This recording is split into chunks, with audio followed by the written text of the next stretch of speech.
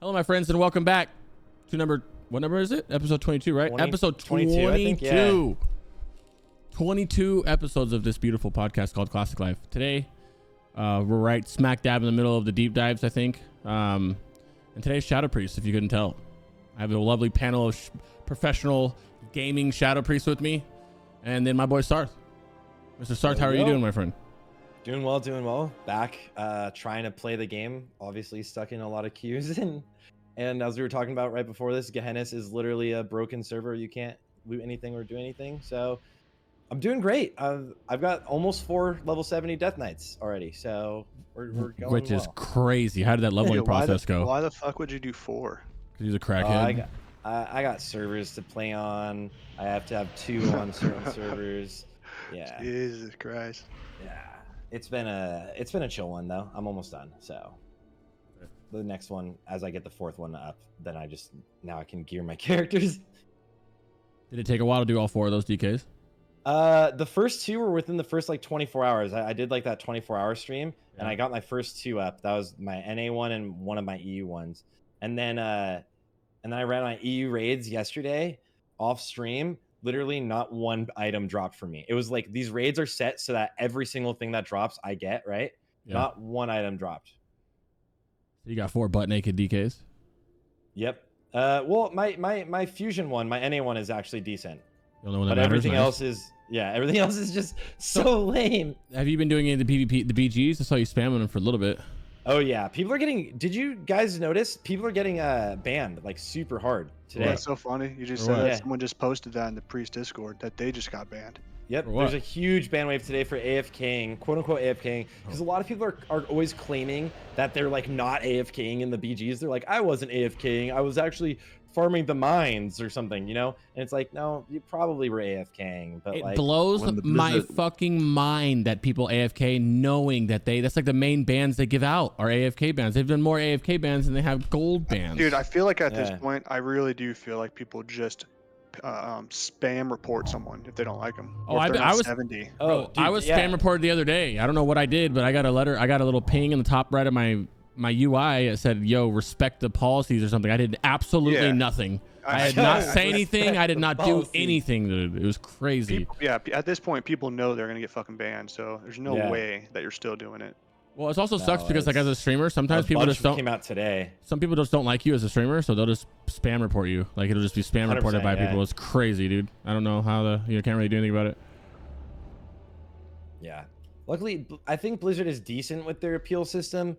But I just know, like, I know a lot of people that got banned today. And then a lot of people are also ban waves are going out for RMT, apparently, for, like, gold buying and stuff. Yeah, that's what people in my chat were saying really right before this.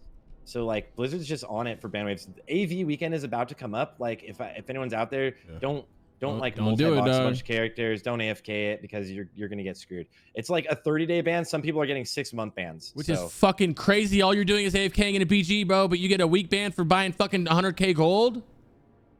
Yeah, that's crazy. Like 24 hours for those gold bans for a while. Fucking remarkable. I mean, don't do either or, but that's all I'm doing is AFKing in a fucking BG. Like I'm getting for 600 honor, bro. You're getting me for a month.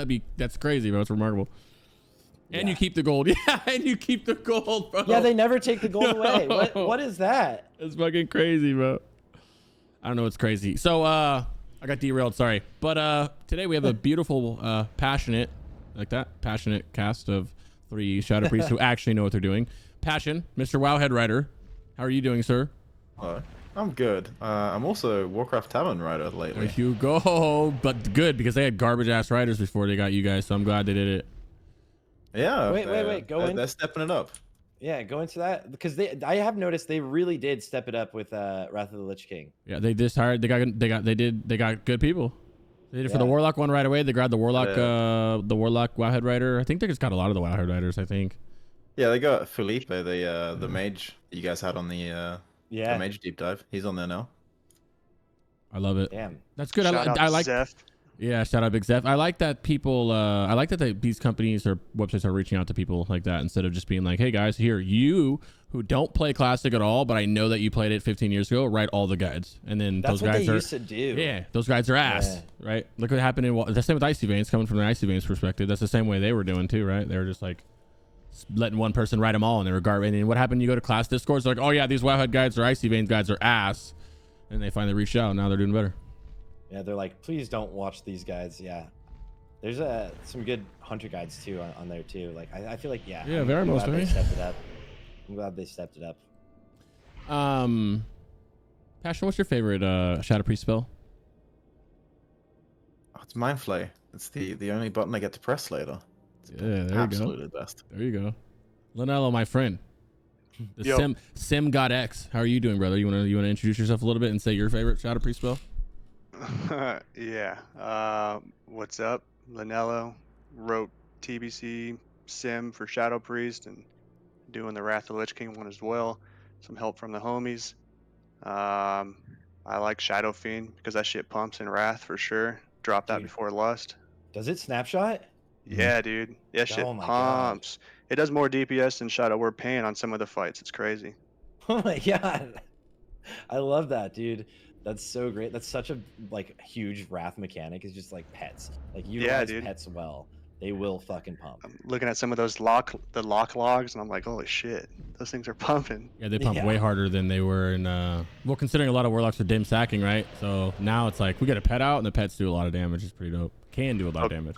Quick shout out to Cyberquack in chat. He helped with the sim as well. Yeah, Cyber, he's helped me so much learning how to play this shit on the beta and everything. He's been there just holding my hand the whole way. I love you, Cyber. Love you, dog. What about Bigtit? How are you doing, my friend? You want to introduce yourself and say your favorite Shadow Priest spell, my man?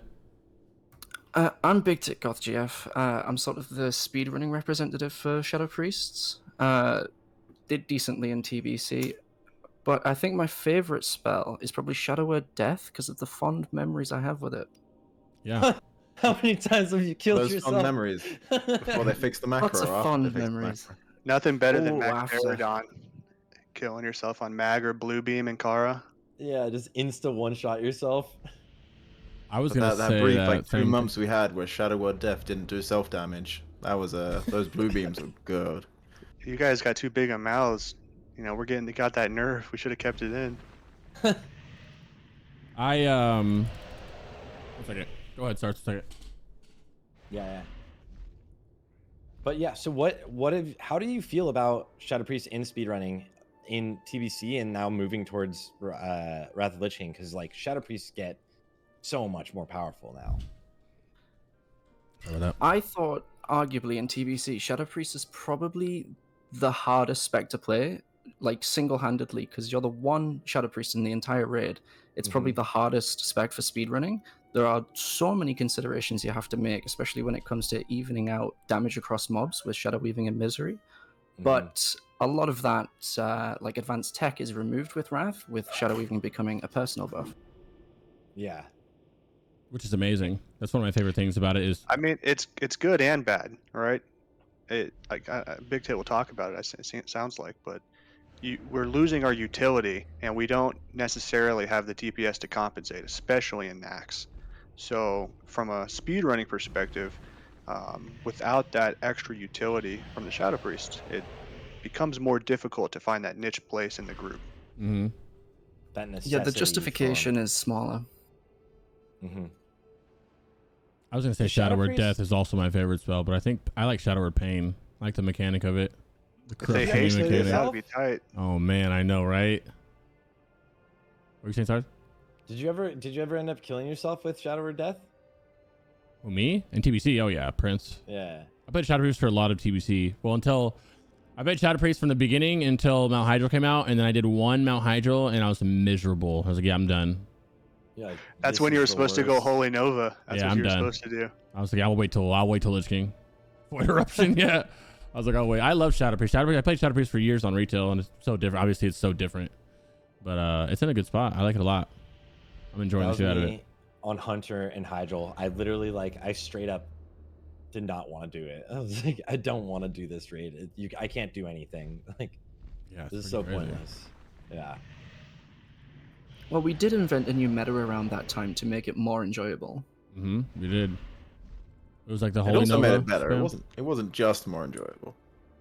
Oh Yeah. no, it was the most performant option. It did a lot of damage too. I remember that. Yeah, Holy Nova popped off for a bit, and it was fun doing a whole new gear path and all the Mhm. extra theory crafting associated with it. But it fell off pretty quick. Do we have any Lich King news? I mean, I think we already talked about news. Do we have any news, Sarthe? Anything crazy? The normal before we get into it? I guess we haven't. What came out last week was Blizzard talking about actually buffing Ulduar eye levels. Oh, that really? Did you Yeah. guys all see that? I did. Yeah. You want to talk about it? Yeah. So Blizzard mentioned 2 weeks ago nerfing ICC and Trial of the Crusader eye level gear, which would basically make all of the like classes that scale really well at the end of the game a lot weaker. That nerfs obviously like warriors, but any sort of melee class or even fire mages and stuff. But it really nerfs everything. And the idea was to make Ulduar more important so that we stayed doing Ulduar during Trial of the Crusader. Well, they flipped the switch on that because the community did not like that at all, realistically. And they flipped the switch on that and made a proposition to buff the actual eye level of the gear from Ulduar instead. So instead of nerfing other things, they're just thinking of buffing Ulduar. So that hard mode Ulduar gives better gear than it used to like not really give you much. Like you get more gear and stuff, but like now it gives you better gear than normal mode Trial of the Crusader. So there's reasons to go back there even for that, but also I think it's exciting because one, they said that they're releasing pre-nerf Ulduar now, which means Ulduar is going to be harder, and that's exciting. So you'll be more challenging. You'll go back into the raids. You'll get loot. You have to go back anyways for Valinir and a couple trinkets, so it doesn't matter. Now there's like reasons or like perks for killing things on hard modes over killing things on normal mode. Now it's like, oh, now you also get higher eye level gear. There's a lot exciting in my opinion, but I'm curious what you guys kind of think about it. I think that sounds great, especially because you should go back for Valinir, right? I'm so tired of going back to Black Temple for literally no gain except maybe someone gets a Warglaive. Yeah. I'd love give me a reason to go back for me as well, right? Fucking Warglaives. Dude, S-Priest, Valinir? Yeah, that's a hot topic. Oh my God. Can you make it work though? I like that, dude. I think they should. I want harder difficulty, so whatever makes that happen. Especially Ulduar. Like, you know how Sunwell is a good difficulty? Like, I would take that. But it would also be cool to have it a little harder. But also optional. So then the people who don't like it hard don't bitch about it. The hard modes you don't have to do. That's like the... But you do get rewarded for it now, which is... I think that's like exciting for the sake of like... Obviously, it's harder. It's more of a challenge. It's cool. You get more loot. But now you get like this stronger loot. And all of the loot in Ulduar feels like more of a jump from Naxx now with like all of it getting buffed. So we all know that Naxx is realistically not a hard phase. And we're going back to Naxx. We've done Naxx before. It was challenging early on without world buffs, but like with world buffs, you slap through it. Now we're going to a new Naxx that's realistically you blow through Naxx. You do, no matter what. So this like version of leaving up open like this jump, this larger jump of difficulty in the raid, Ulduar is going to be a lot more challenging. They didn't have to do like a private server, like just static buff of things. It's going to be a lot more challenging because there's mechanics, there's buffs and damage, there's buffs and breakpoints, there's buffs and HP. All of that is coming. And then it just seems like this like really cool, like then you also get to do these challenging versions of the raid, like challenging versions of the bosses, and like get rewarded with like just this awesome loot that's even gonna like hold you up into the next phase. It's yeah, I'm over here kind of giddy about it. Like, you know, I love it. Yeah, I think it's pretty awesome too. I think Shadow Priest scales pretty well as the expansion goes on. I think Naxx is probably their weakest point by quite a bit. So yeah, having an earlier boost and some of the performance from the Ulduar gear is going to help quite a bit to push us up, especially in the DPS rankings. There you have it. All right, well, now the real juicy shit. Yeah, I think that's all of the news that came out this week. I believe so. So next, how do you guys think Shadow feels? How does Shadow feel in the beta? I personally think it feels amazing, but you know, I think everything feels amazing. Pretty optimistic here.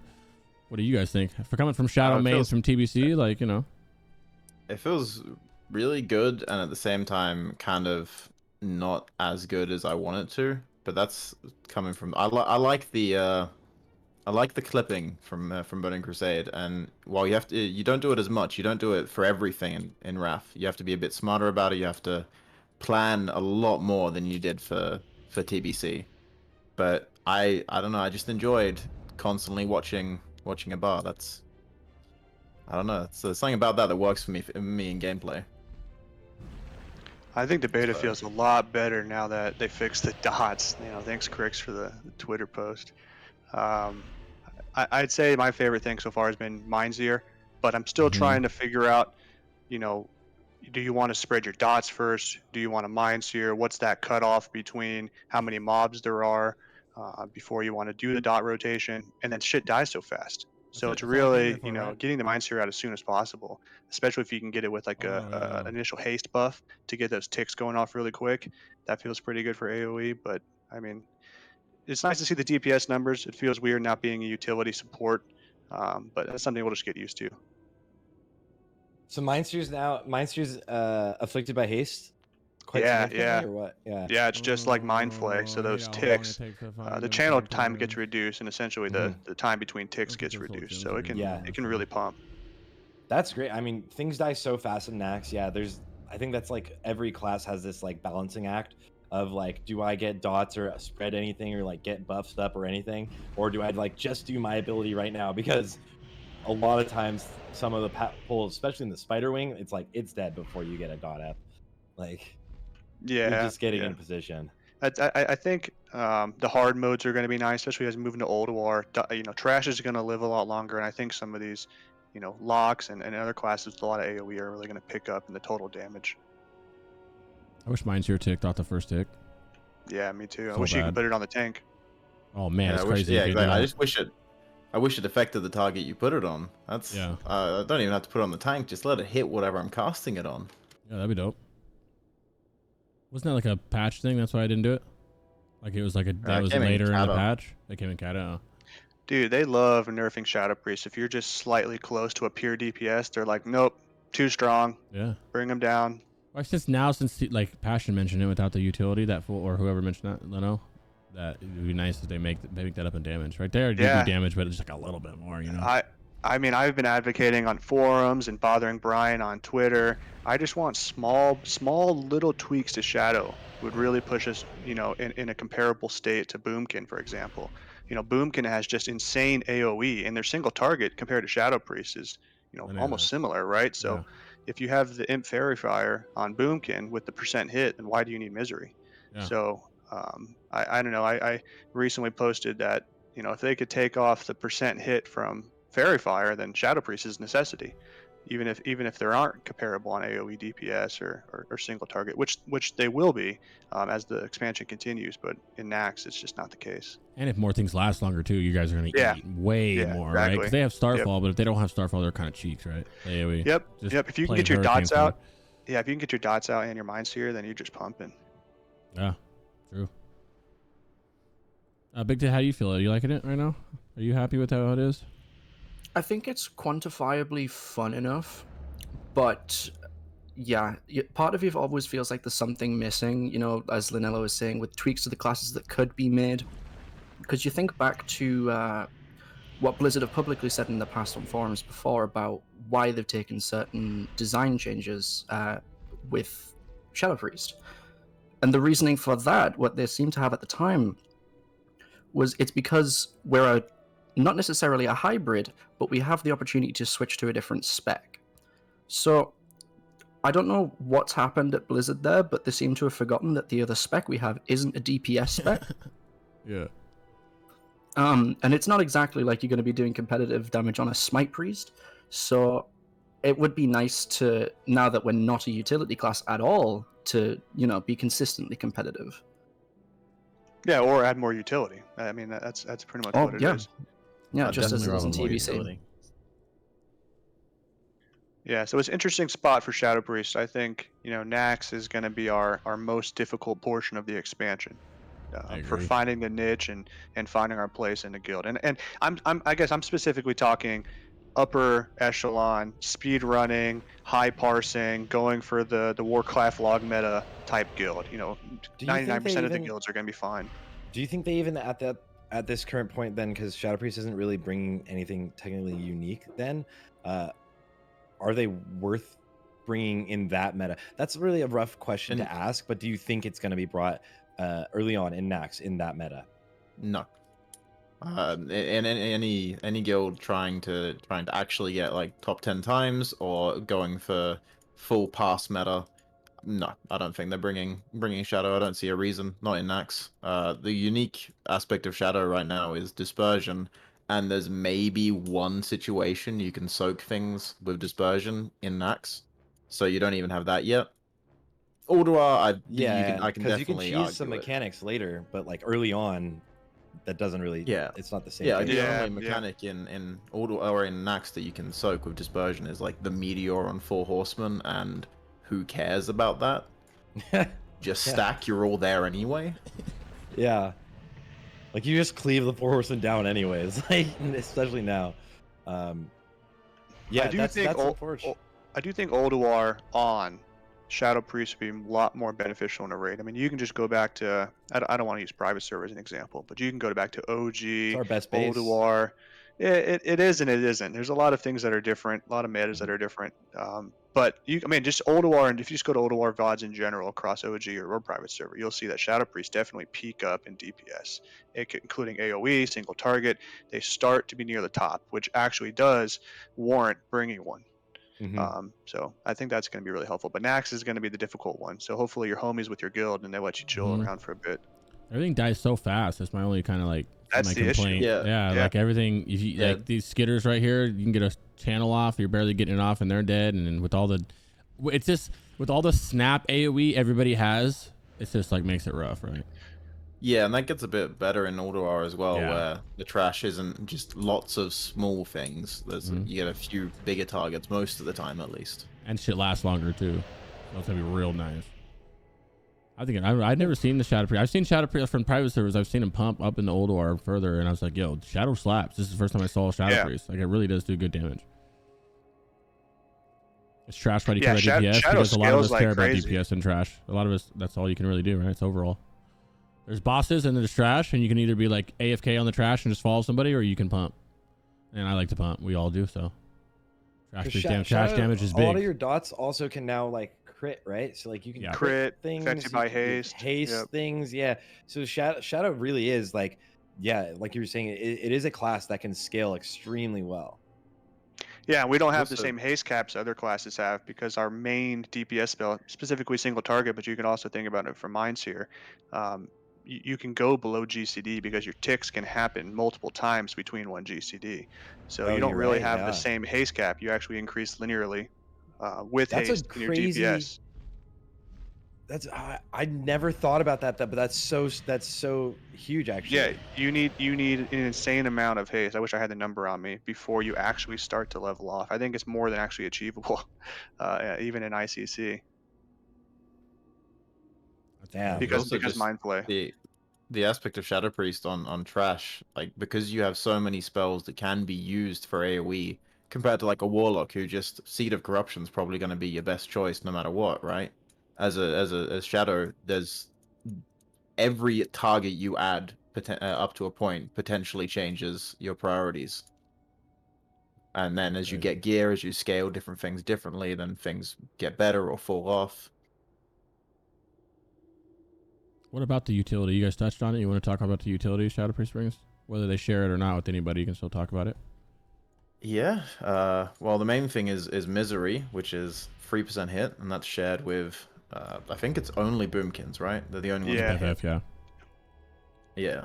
So that's the main one. And outside of that, you've got Hymn of Hope, which is unique to Shadow Priest, raid-wide innovate, smart restoring mana to everyone, and Divine Hymn, which is just Priest's Tranquility, basically. And they're both great, but they're not really required, right? You can get away without them always. I have seen some discussion about the healing him and the utility it could bring on some either parse or potentially speed. Maybe Bigtit can weigh in, where you could potentially drop a healer and get away with utilizing that him as an oh shit, I need some healing moment if healing does get intense. That way you can still have the extra DPS in there. Like, I'm not speedrunner, but I could see some merit in that argument. Yeah, you can also, you do still have Vampiric Embrace. It's drastically different to what it was in Burning Crusade, where in Burning Crusade it was a 30-second debuff on the boss, or a minute debuff on the boss, sorry, that healed your party for 15% or 25% of all damage you dealt. Now it's a 30-minute self buff that heals your party for, is it 3% of all damage you deal? So you get the tank group. Yeah, so potentially you can be in a group that needs a little bit of AoE, a small amount of AoE healing for the entire group, and you can constantly be healing them, and it does amount to a lot because in Wrath, classes are doing a lot more DPS than they have health, right? In TBC, maybe you're doing like 1,000, 2,000, 3,000 DPS, and you have 10,000 health. It takes a while to top up, but in Wrath, the DPS numbers are a lot more, like a lot bigger of a portion of a health bar, so it's a lot more effective healing for a full raid or for a full party. That's actually pretty huge too. And I mean, dropping a healer is like always the goal in any sort of speedrunning situation. That's like genuinely one of the most important things you could possibly even think about is dropping a healer, because literally you just bring one more DPS. So in that sense, Shadow Priest could really help. I mean, right now, what you do as the meta is actually you drop a healer and you bring a boomkin currently in speedruns, and they do a lot of healing in situations or like fights where you need extra heals. But if not, you pretty much have 4 healers, and then your boomkin's trying to like stay in aura so he can help out the like the casters with the extra crit, right? And then also he's doing extra damage. I think Priest is the best thing to come dual spec out, right? Even over Boomy, maybe. The disc is better, or the holy healing side of it is better than I feel like a Resto Druid would be. Then Boomy has that damage, so I'm not sure. Yeah, Boomy's AoE is just stupid right now. I mean, it's so crazy. Yeah. One of the downsides though of dual specking disc is you generally only want to bring one discipline priest, right? True. You don't. There's no reason to bring more, so it does have to be holy if you're dual specking, swapping into a healer every now and then. And holy itself just isn't the best healer. That's true. 1 healer, 3 Shadow Priest for next speed runs. Oh, yeah, that's crazy. What about replenishment? I feel like that's a good little to get enough to stick in there. But then the thing is, you get everyone else, more people bring it also. That's like the flaw, right?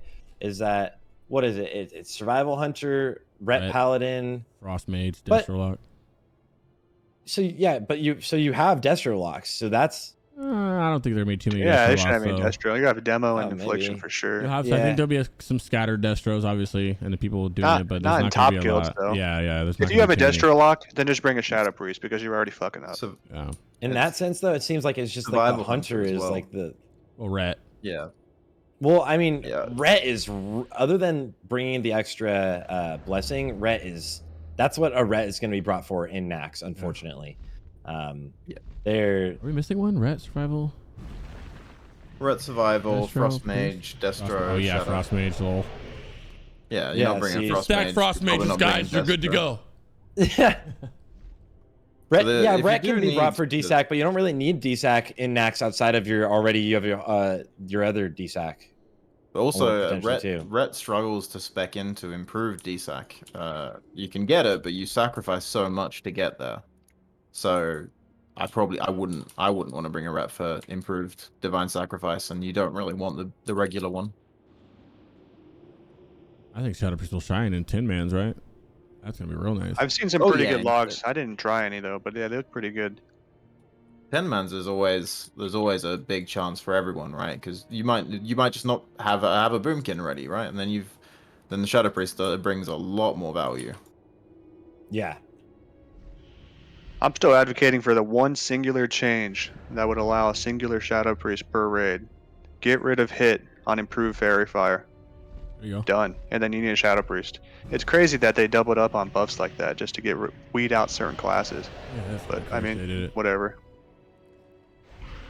I wish there. Yeah, now it makes more sense when Passion said. I wish there was something with the priest that made him like you need to bring one, like kind of how they were, because of how much damage. Yeah, but but if- man, But with that one change, it also then nerfs boomkins, right? So then like But you still bring a boomkin. I mean, you still bring a boomkin. Crit aura. They still do fantastic AoE damage. They still have off utility. They have innovates. yeah, it They doesn't have- impact they have them at the all. grid buff. is it a unique crit aura Yeah, the crit aura is unique. unique to them? Okay. Oh, Yeah. no, sorry, it's them and elemental shamans. Another spec you don't bring. Yeah, what you're not bringing Elemental Shaman, but you are bringing enhancement. So that's the difference between S Priest and any other class. It's like, because everyone's like, what about Frost Mages? Why aren't you going to buff them? It's like, well, because they can fucking play something else. Yeah, We have to re-roll. that's true. Yeah. Or Ellie. Yeah, I know Ellie's so much fun. I feel bad Yeah. for him. Yeah. Oh, Ellie feels so satisfying. It was so sad. I don't know. I've seen some videos of Crix pumping on Ellie. That was a lot of fun. Yeah, well, Ellie's gonna be really good phase one, but you know, Yeah, I think any class can shine in the right settings, but does that mean you're going to bring them into speedrun? No. No, it doesn't. So, I mean, I'd say, you know, any Shadow Priest listening to this, you know, it's not really doom posting or anything. We're, you know, first, most people aren't speedrunning, right? So, you know, for the majority of guilds, a Shadow Priest is still going to do well, if not top charts on some guilds, right? Oh yeah, for sure. If you're in just a dad guild or just you know, you describe yourself in trade chat as semi-hardcore, you're fine. Bring a Shadow Priest, you'll be golden. Yeah, if anything, if you play well, as the other classes are trying to figure out how to push more than one button, you're gonna shine early on, and especially once you move into Old War and further raids, Shadow Priests do really pick up. Nax is going to be the hard part, especially for speedruns. That just is what it is. I feel like I don't know. I'm trying to justify using them for speedruns more. Like, mana's not really an issue. Like ever, it feels like I don't know. Nope. Bro, it's so much fun. Like, I think the only time, I mean, the only thing is if you want to have a decently geared one moving into Old War. True. I mean, that's all I could think. But I don't know. You know, there's, you know, Bigtit here's the speedrun expert. I don't do speedruns, but I've been scanning the logs looking for any rationale to bring one. Hymns is the only thing I could think. But other than that, it just doesn't seem worth it. I mean, where's that log you showed me, bro? So if they're slapping like that, I mean, Yeah, Cyberquack. Again, his log's pretty good. Or their log. I don't know him, her.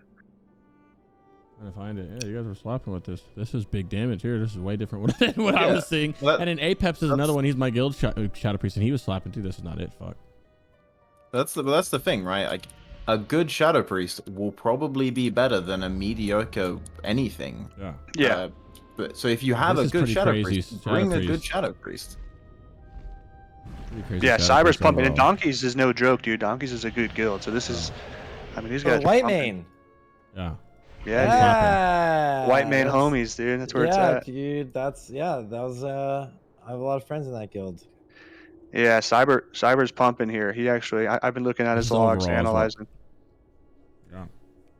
That's overall. That's Yeah, and But- I've seen another Apex. I've seen a couple Shadow Priests. I did not do Apex did this. pretty I was well. half of this. I was like overall like way down here. You know what I mean? So I was like, damn. But- I was like, oh, to see this, I was like, oh, I'm doing something wrong. And you'll also see that Cyber is also using hymns during some of the fights, right? So this isn't trying to maximize his DPS here. This is trying to play utility and DPS. So he's doing really, really well here. Yeah. yeah. So there's hope. There's definitely hope, but we'll see once people actually Yeah. start speedrunning. A lot of it is just doom posting as well, right? Like any speedrun guild, I'm sure will be able to get a top 10 time with a Shadow Priest in their run. I don't think that's going to be enough of an object to prevent anything. But you've got a ton of doom posting, you've got YouTube videos and forum posts and that saying that Shadow Priests are absolutely screwed in Wrath of the Lich King. And so people immediately just decide, well, okay, I won't play it, and then the numbers reflect that no one's playing it, and people decide not to play it because the numbers say that no one's playing it, right? They get doom posted by all streamers and shit. I'm like, yeah, Shadow Priests are garbage. Yeah, there's so many videos and streamers that have just said that Shadow Priests are terrible, and it's like They're no. B tier. know, They're but C tier. You see, like, the similar thing with like Ret Paladin, but for some reason, like, so many people are rolling Paladin, like Ret Paladin, not just rolling, like, obviously Holy and Prop Paladin are like God tier, right? But so many people, what is that? I mean, have you I guys haven't looked seen into that. that? Just Ret, No, yeah, I haven't seen a lot of Red at all. Oh my god, I've seen I a have ton of so Ret. much, dude. I- Yeah. Yeah. That's crazy. But Yeah. the difference between Ret is that Ret actually, like, in actual RAF, had a period of being the best spec in the game, and it was a pretty long period. Yeah. And we're not on that patch. That's 3.0. They that's nerfed it, yeah. 3.1. Oh, okay. That's early days when you could cast sequence your entire rotation and you'd be do the most DPS in your raid. You can't do that here, but people still people are still looking at that, right? They look up Wrath the Lich King, Ret Paladin, and they get old videos and like, hell yeah, that's what I'm doing. Yeah. They get debated. Dude, Yeah, they're getting dude, it for so real. debated. YouTube is the biggest debate for The so Ret much shit. Copium, it's crazy to me because, like, I get asked the question probably, like, I'd want to say it's like not that much. It's like 20 times a day about it, and like I just like have, like, to be honest, like Ret is just not super solid until later in the phase. I think it's gonna be fucking phenomenal in ICC though. Like I should see that, like, if the proc rate is high, if there's a high PPM of their like 2-piece 10 Shadowborn. tier 10.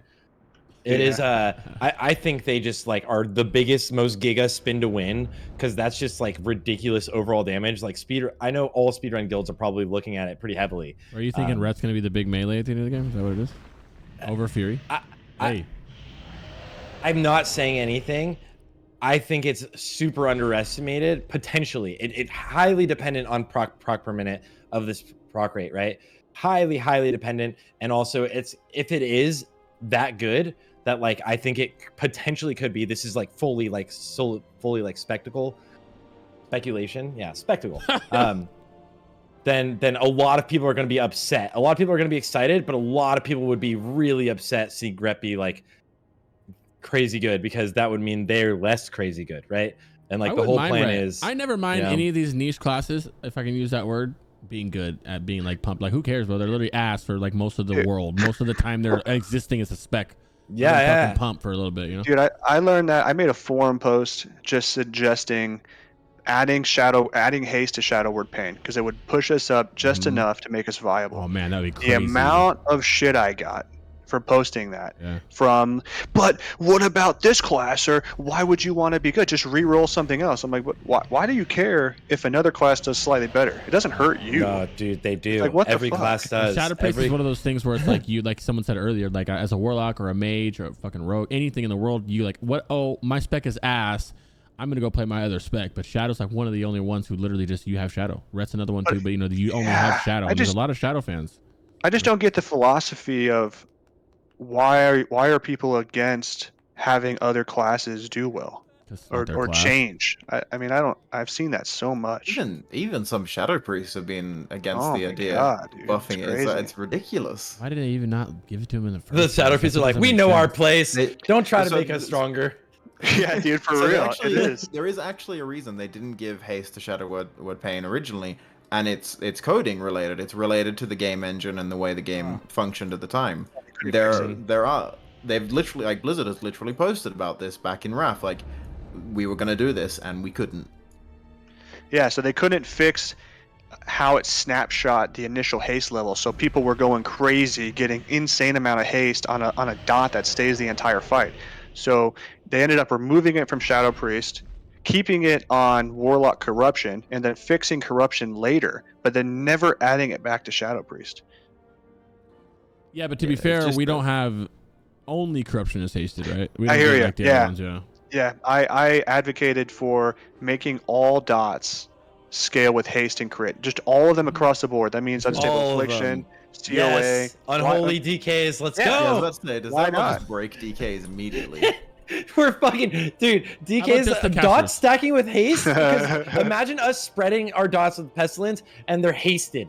You're like, and They're it's going all off dead. rip. Yeah, like it's instant damage. Too, Yeah, I mean, read the Yeah. chat, so you'll see. So they ended up So they finally fixed corruption midway through ICC, right? So Kata's right around the corner. And so they didn't want to add Hasted Shadow War Pain back in mid fucking patch. So they just waited for Kata, which was a few months away. So they made the decision late in ICC that they wanted to put it back in, but they ended up just waiting for the pre-patch. So now we're starting on 3.3 or whatever. We're starting on 3.3.5. They might as well. I mean, I don't say might as well, but they could have rationale for adding Hasted Shadow War Pain back in. They're not going to, So it is what it is. But that's something that would really push us up. I think it's one of those things where if they change this and they got to change that, and then other people will be like, "Yo, change this," and that's their logic. They already started that with demo lock, though. Yeah, they changed the demo. They changed demonic pact. That had to change, though. It begun. If that didn't change, that would have been pretty crazy. That was a pretty shit thing that they had going on. It was a shit thing, yeah, but it's a fundamental change to the spec that also fundamentally changes their gameplay and also increases their DPS. Yeah. Oh yeah. Just to make it make more sense as well. Yeah, to make it playable. Because fuck that. Fuck demo. As a demo lock, fuck that. If they didn't took that, I wouldn't have played demo. I'm like, no. A lot of people wouldn't have played demo. For this in general, even for me, if you nerfed everything else with Shadow Priest just slightly to compensate for Shadow Word Pain being hasted, I'd still want it hasted because it makes more sense. It makes the class cohesive. Like all of your dots are hasted, all of your dots get crit, right? Why would this not be the case? Why does Shadow Form have to have this weird exception in its 2-paragraph long tooltip? This long ass tooltip it's got, bro. Yeah, dude, Shadow Word Pain that tooltip is insane, and if you don't look carefully, you might not even notice that Shadow Word Pain isn't included there. Damn, imagine living bomb hasted. That would be fucking crazy too. Dude, they actually went through 2 iterations of trying to figure out how to add Hasted Shadow Word Pain. First, they had it in the talent for Shadow Form, and then they had it as a glyph, and then they just took it out. So I like the glyph idea. Added it again. And then they added it again in Kata. Yeah. So I like the glyph idea because then you don't have it benefiting Shadow Priest in PvP because Shadow Priest in PvP are very strong. So that is a really good way to handle that spell where they get buffed in PvE, which they could be because they're pretty low, at least early on, and they don't get impacted in PvP, so they're not too overpowered there. Oh, 1 second, my kid. Good night. Oh, you're right. Yeah, that is also a big thing. I absolutely understand and respect the argument of, but we don't want to break them for PvP. And there's a reason that Blizzard at this point has entirely given up on retail PvP balance, right? Like, if it breaks them for PvP, fuck it, that's what it is. But we are at a point in WoW where you can get around that. You can deal with it in ways that don't affect PvP. You can make it a glyph, you can put limitations on it, you can do all these things that you couldn't before or were against the design philosophy of the time. Yeah. Which is, I mean, we're in this golden era of like, they know that some of the things they're suggesting are getting like really good feedback. And like, so like now they're actually like having this like communication with the community, which I think is like beautiful, right? Like, yeah, there's ways that the game can become better in ways that like it actually can become better, and not just like, obviously they get fielded like some of the most ridiculous random things, like the nerfing of the ICC and Ulduar things. They're like, we've heard a lot of complaints, so this is what we're thinking of. But like they put that out there, and the community was like very quick to be like, yo, I didn't like that shit at all. You know, everyone was like, no, don't do that. You know, and then they retracted on it, which was like beautiful, right? I think Blizzard is like, this is the first time we've really seen Blizzard.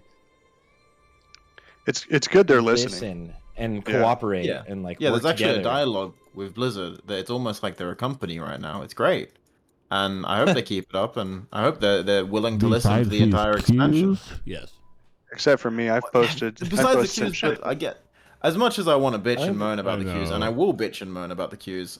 I still can't fault Blizzard all too much for literally 20,000 people logging on at 4 p.m. Yeah, it's crazy. I can't believe the queue. Like, it's shocking. These are I'm used to the queues. Like, the normal launch was like this the whole time, right? Like, but it wasn't the same way where like, I didn't think it was. Oh my.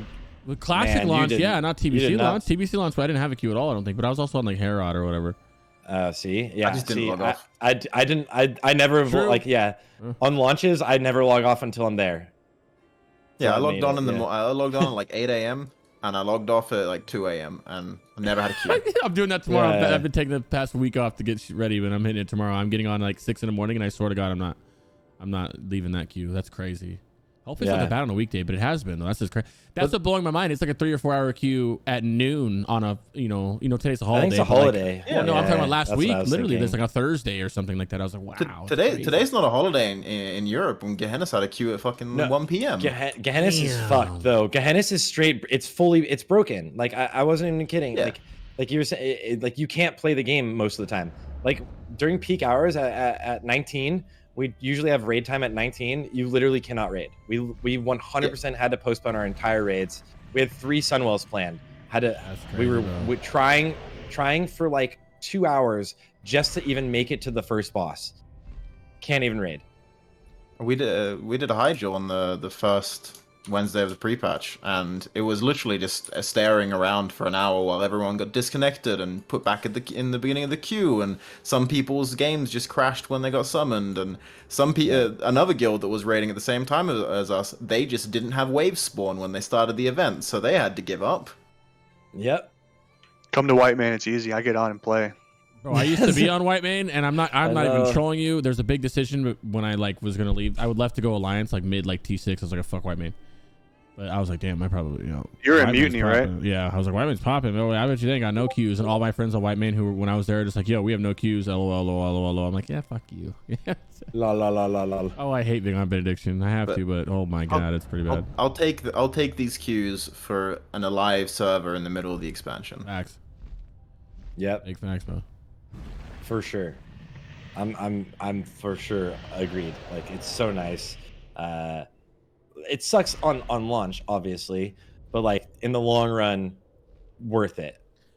I just wish the game worked. It's like this is the first time I've experienced the game like actively not working, like the game itself, literally not working. I feel bad for live. Oh, the raid. No, the raid is like a couple weeks old, and it's me too, so it's not the best shadow play. I feel bad for the people who aren't us. I feel bad people who work normal jobs and they have to sit there and try to, maybe they don't know about remote login. And with the classic queues, that's when I was still working like a normal job. And I remember trying to like remote queue in on my phone and like something fucks up and you can't get it or your power goes out. And it really sucks people. A lot of my friends, I got screwed on a raid last night, misjudging the queue. I got on 4 hours before raid, bro. And it was a 5.5 hour queue. And I'm like, I'm not going to the whole Discord. The raid didn't even go for like 2 or 3 hours after original raid time because it was like everyone's just getting screwed by that queue, dude. It's crazy. I can take a queue. Please fix the in-game lag. Yeah, I don't know. I don't know what they can do to fix it, and I know it's a lot of the community's fault because everyone changes servers and goes to here and here and here. Man. Well, part of the reason Gehenna's is so bad is that Blizzard accidentally let people transfer onto Gehenna's for free. So they just completely screwed the server by a broken free transfer, right? Yep. They let everybody transfer to a dead server, like for free off of Firemaw because Firemaw was locked, and then that server had free transfers because it was a dead server over to Gehenna's. So you just did a double. So you just did a double transfer. Layers helps usually for login. I don't think it helps for in-game like what we're currently experiencing on like a server like Gehenna's. Every time the layer number goes up, the servers get super laggy for like an hour or two, and you just can't do anything. And then that'll finally settle, and you'll notice that we've got 5 more layers. I wonder why that happened. I actually can't mute the in-game sounds sadly because I'm in queue and I'm scared to back out and mute it. So I have it turned down real low. I don't know how to do that. Sorry about that. I'm scared, bro. The queues got me scared, bro. I feel that. That was a good discussion. This was a lot of fun. Windows volume mixer or something. Oh, that's a good idea, actually. And also, if you're using voice meter, you can change it there. Good idea, bro. The good old banana. The good old beaniers, bro. Well, it should already be. Oh. Oh, speaking of, I just got disconnected on Gehenna's. Back to logging into game server for the next 10 minutes. Ooh, have fun. That sucks ass, dude. I wasn't even playing. I'm just trying to make sure I don't have to queue when we're done here. Yeah, I'm ready. That's me in the background, Eth. So next, I'm going to go. We're in game, and just kind of with the priest. You can go to priest and then priest changes and the shadow kind of overview, like a priest, like how we talked about him, and I'll just kind of show it on the tooltip, and we'll go over a spec, or if you have a spec. Oh, I can pull up the WoWhead spec actually, and we can go over like a spec and just talk about the talents and stuff. What's changed? What's big? Yeah, I've got a big list of changes here. Actually. Let's get it. Hit it. I'll try to tooltip it as we go. Can start with the what I think is probably the biggest change for priests in general, and that's the priest racials that everyone either loved or hated are completely gone. So Desperate Prayer is now holy talent baseline.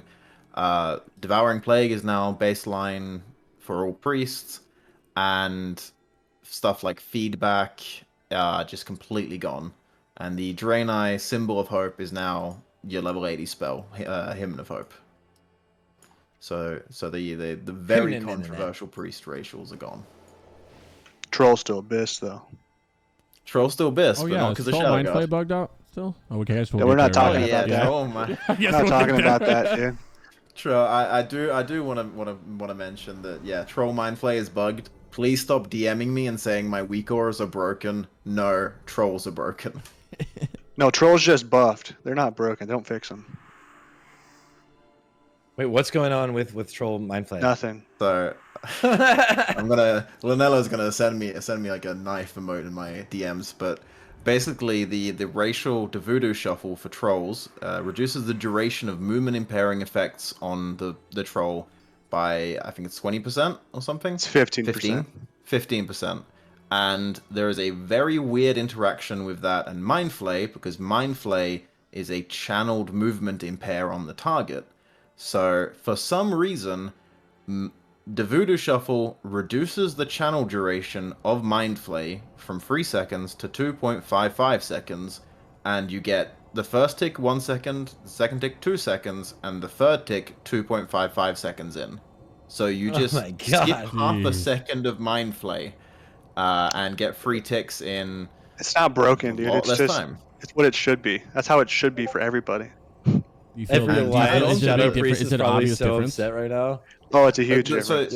It's a huge difference, and also it's kind of weird because the cast bar still shows it as a 3 second channel, but it just stops. 2.5 seconds in, the cast bar just dies, and you get your third tick.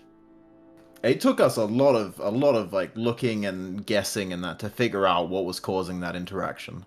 And I think, if I remember correctly, the person who accidentally guessed it correctly just said it as a joke. It's like, oh, but what if it's the Voodoo Shuffle? It's like, wait, hold on.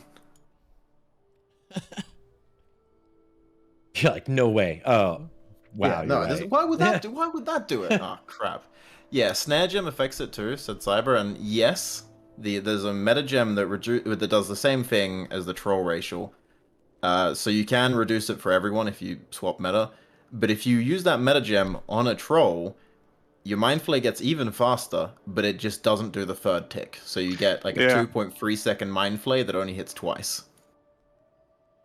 Technically, it's a DPS boost, but it is really hard to play around. Not the meta with troll. No, yeah, sorry, I just mean troll. Just the reduction in Mindflay channel is mathematically a DPS boost. However, it's hard to play with, so you end up having larger response errors on your queuing of your next ability because you can't queue during a Mindflay. You have to just be really quick reaction time, but then you also have latency between it, so it gets pretty difficult to utilize appropriately. But it still should overall be a DPS boost on troll. Oh. So roll troll, everybody, not just because of the bug, but because it's better. Even if they fix it, roll troll. Oh, they're gonna fix it. I was genuinely so surprised that it made it to pre-patch. I thought there was no chance. Until the last hour, I was saying, nah, it's not coming in. They're gonna give us an update with pre-patch, and then it made it in, and I'm just mouth to the floor, like, what? How? Dude, I hope it makes it to Old War. That way I'm stronger in Nax. What was Biss? I guess we'll talk about races, but was Troll Biss as it was anyway? Oh yeah. Yeah, Troll's always gonna be best. I got a plot in the theory crafting channel you can look at. Cool. All right, other changes. The haste, yeah. I know Interfire got spell power now, which is big, right? Yeah, so that's also worth considering that not in pre-patch. The spell power on Interfire comes at level 71 with the new rank of Interfire. It's not just the baseline Interfire gives more spell power. But once you get RAF ranks of it, more spell power always, never let it drop. Beautiful. Other than that, there's Yeah, the talent tree is massively changed. Actually, it kind of looks mostly the same, but there are some big changes to a lot of talents. Things like shadow weaving isn't stacked on the target anymore; it's stacked on the priest, which actually drastically changes how we play the game. Shadow form increases all damage, all shadow damage, decreases all damage taken instead of just physical damage taken, and allows your dots to crit, benefit from haste, and I think there's something else with shadow form. Well, another thing, the benefit from crit is huge because it's not just a 1.5x, it's a 2x. So I think that's pretty fat. It's a 100% increase. And then same with the shadow power. So shadow power is big because it scales the multiplier to a 1.5 to 2x, which is pretty huge for Mind Blast. And now you being able to crit things that like all just works together really well. Yeah. The coolest thing, like, we'll get to focus magic discussion potentially, but it's really, really, really big on Shadow Priest with all of the crit you can do. And it also has one of the quickest turnaround on the crit for the mage. There you go. I know that. Yeah, it's really big. There's also Twisted Faith, which gives you spell power based on your spirit, and then there's also Spirit Tap is now split into two talents. Spirit Tap, which is the old regular one basically, and then Improved Spirit Tap, which is an in-combat proc instead of on a killing blow. And so those two combined give you a lot of spell power from your spirit. Not to interrupt you, Pash, another big change that I think is huge for Shadow Priest that not really discussed too much is the range on Mind Flay. Before, you would always see a stupid Shadow Priest standing in something like, why the hell are you standing so close? I was like, well, I fucking can't Mind Flay. What do you want me to do? Oh, I love Now, the the twins. range is increased, so we can actually be back with the real casters and still be able to cast all our spells, which is That's huge. actually huge. Yeah, Shadow Yeah, Priest used to it's have to crazy. like dodge mechanics that other people would always ignore. Yeah, or sit there and wand or look like an idiot. I mean, it's one or the other. Yeah. Yeah, my favorite is like, my tank isn't bringing twins within Mind Flay range. Should I just Dude, wand? oh my Like, god. no, you should probably just like AFK the entire fight. Why are Yeah, you or even tell your fucking trying? tank to scoot up, dude. Jesus. Yeah, That's so that's funny. terrible. So many that impacted so many fights in such bizarre ways, and like every map, like Google Sheets layout for the raid. There's always like the DPS is the sword, the range DPS is the bow, and then there's Shadow Priest as their own little thing because they need their own special spot. What was it? 24 yards. And, Yeah, 20 yards baseline, Yeah. 24 with talents. Easy. Now it's 30 baseline, 36 with talents. And Yeah, which it's not also like it was everything like is the same. Yeah, it's not like Mind Flare was our highest damaging spell by a decent margin in single target in TBC, you know? I mean, that's only amplified in Wrath, but the issues that we've had, obviously, in TBC, whether it's guild to guild, you know, things like range, or just having to dodge mechanics, it's crazy that we've had to deal with that, and it's literally our highest damaging ability. Yeah, it's sad, dude. Now we're good. Now they helped us out there, but they ruined us other places, so it is what it is, I guess. What about Psychic Horror? You can only ask for so anything much. kinky with Psychic Horror, Yeah. bro? No, nothing Man, I love special it. in I raids that love this. I've noticed. But it's such a good spell. It's just one talent point for a 3-second horror and a 10-second disarm. It's absolutely nuts for PvP. I just wish there was any use in PvE. Yeah. Maybe there is. Maybe Does- there's something I don't know. There's got to be like a mechanic where something needs to like run somewhere and you can stop them or like, you know. Horror. Oh Disarm? yeah. Yeah, though the disarm could be absolutely useful in the DK wing in Nex. There you go. Looks like you have to bring a Shadow Priest now. There we go. I think We found actually, Yeah, it. there's a yeah, lot of good, guys. DKs in there too, so you need a few Shadow Priests for that wing, to be honest. Well, that's also, it keeps going with the same downside of Silence, because Silence could have been good in TBC as well, but it has such a long cooldown, so you can't use it as often as you'd need any interrupt. So, and it's the same with Psychic Horror, right? It's a 2-minute cooldown, so it's not up often enough to actually be useful on trash. And you gotta get Psychic Screen, Imp Psychic, just to be able to get Silence. That's just one of my complaints. If you needed it. Oh yeah, Silence is 3 points for a Yeah, bro, not it's great PvE spell. Psychic Horror, you can easily drop like 1 point in something to get Psychic Horror. That's not a problem. Another big change is what is it? The Twisted Faith. Is that where you get the Mind Flay. So you put up Shadow Word Pain. Pain and suffering. Okay, yeah, sorry. And then Mind Flay will allow you to refresh your Shadow Word Pain without actually altering your tick durations. So all you're doing is essentially not having to recast Shadow Word Pain. So it's similar to, what is it, Quick Decay or what's the Warlock? Everlasting Affliction. Yeah, Everlasting Affliction. Except you don't have to worry. Well, no, it's the same. So yeah, Everlasting Affliction is a talent, correct? Yep. Yeah. Okay. But Yeah. instead So of it's Mind exactly Flay, the same Shadow as Bolts and Lock. hot stuff, yeah. Yep. This is like, I love this. Which we can obviously, you guys will touch on the snapshotting part of it, but that's one of my favorite things ever is the balance, the weaving it in, trying to make sure you have stacks up and keeping it up and not letting it drop. I mean, it's a super rad idea, right? But it's not the same. You don't have the same emphasis on it as you do with Corruption, because Corruption for Warlocks is just one of your largest DPS abilities over the entire fight. For Shadow Priest, even if you get your perfect snapshot of all of the buffs you would ever care about, Shadow Word Pain is such a shit spell that, I mean, 15% on top of shit still shit. So, it's not. Damn, is it really not like? It's so weak. well? Wasn't it It like doesn't- phenomenal nearly as strong as Corruption. in TBC? Was like the highest. Oh yeah, it was huge in TBC. Yeah, huge in TBC. Then it got completely demolished in Wrath, and then it doesn't even scale by haste. So it's nice that you don't have to cast it again, and it does add DPS, right? And without having to use extra GCDs. But it's so shit that people worry so much about crit swapping and making sure I have each percent buff on it. But it's like you're not even gonna notice if you fuck up one Mind Flay in your whole rotation, that's gonna be more of a hit than getting the perfect snapshot. That's crazy. That's crazy how impactful that is. Because I thought the snapshot was really important for Shadow Priest from like an outside perspective. It's kind of an odd thing because I have my doubts that you'd even want to cast Shadow Word Pain if it wasn't refreshed like this.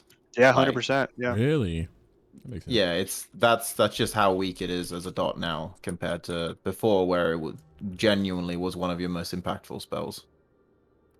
And for what it's worth, for J Priest in the chat, the way it refreshes is it just sets the duration back to max. So if there's 2 seconds left before it ticks, it'll still be 2 seconds left before it ticks. It doesn't change the space between ticks at all. It doesn't interrupt ticks. Oh, so you can't clip it. Yeah, you can't clip it. Yeah, you won't when you clip refresh it, it with yeah. Mind Flay, it'll just set the duration back to full. That's all it does. That's actually pretty important too.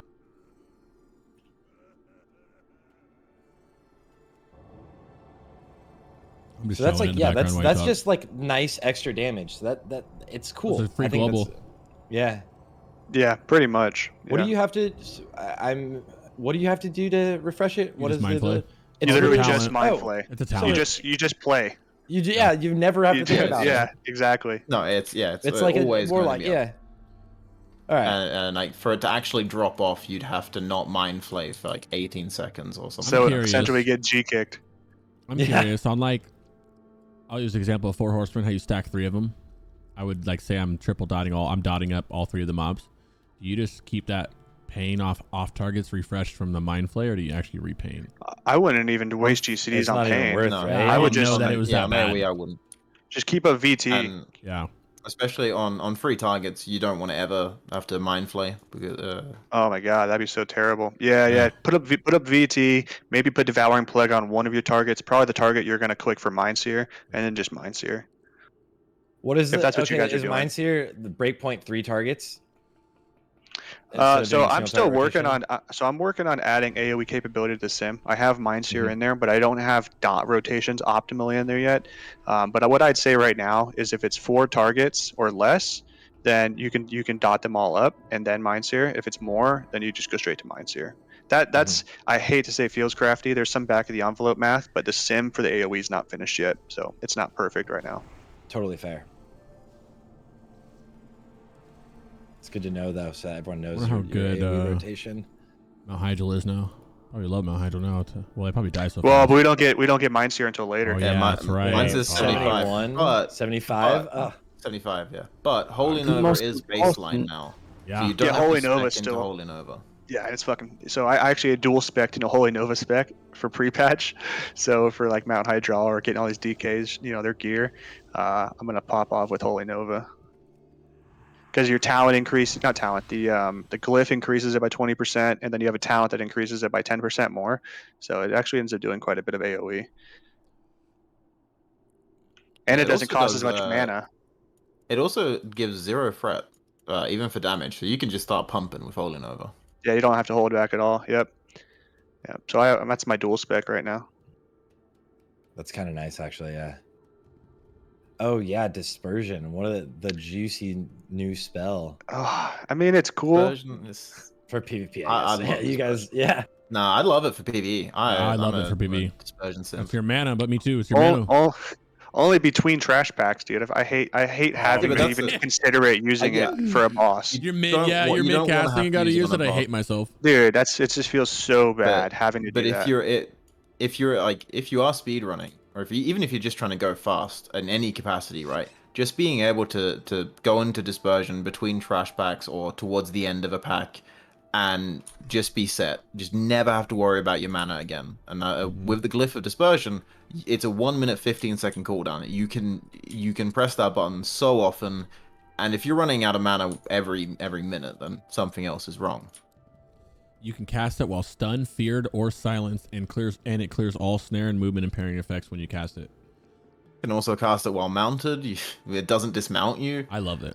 You can cast it on flight paths for some reason. When the CD resets, you can use it at the end of a boss and get 2 back as well. Look at that.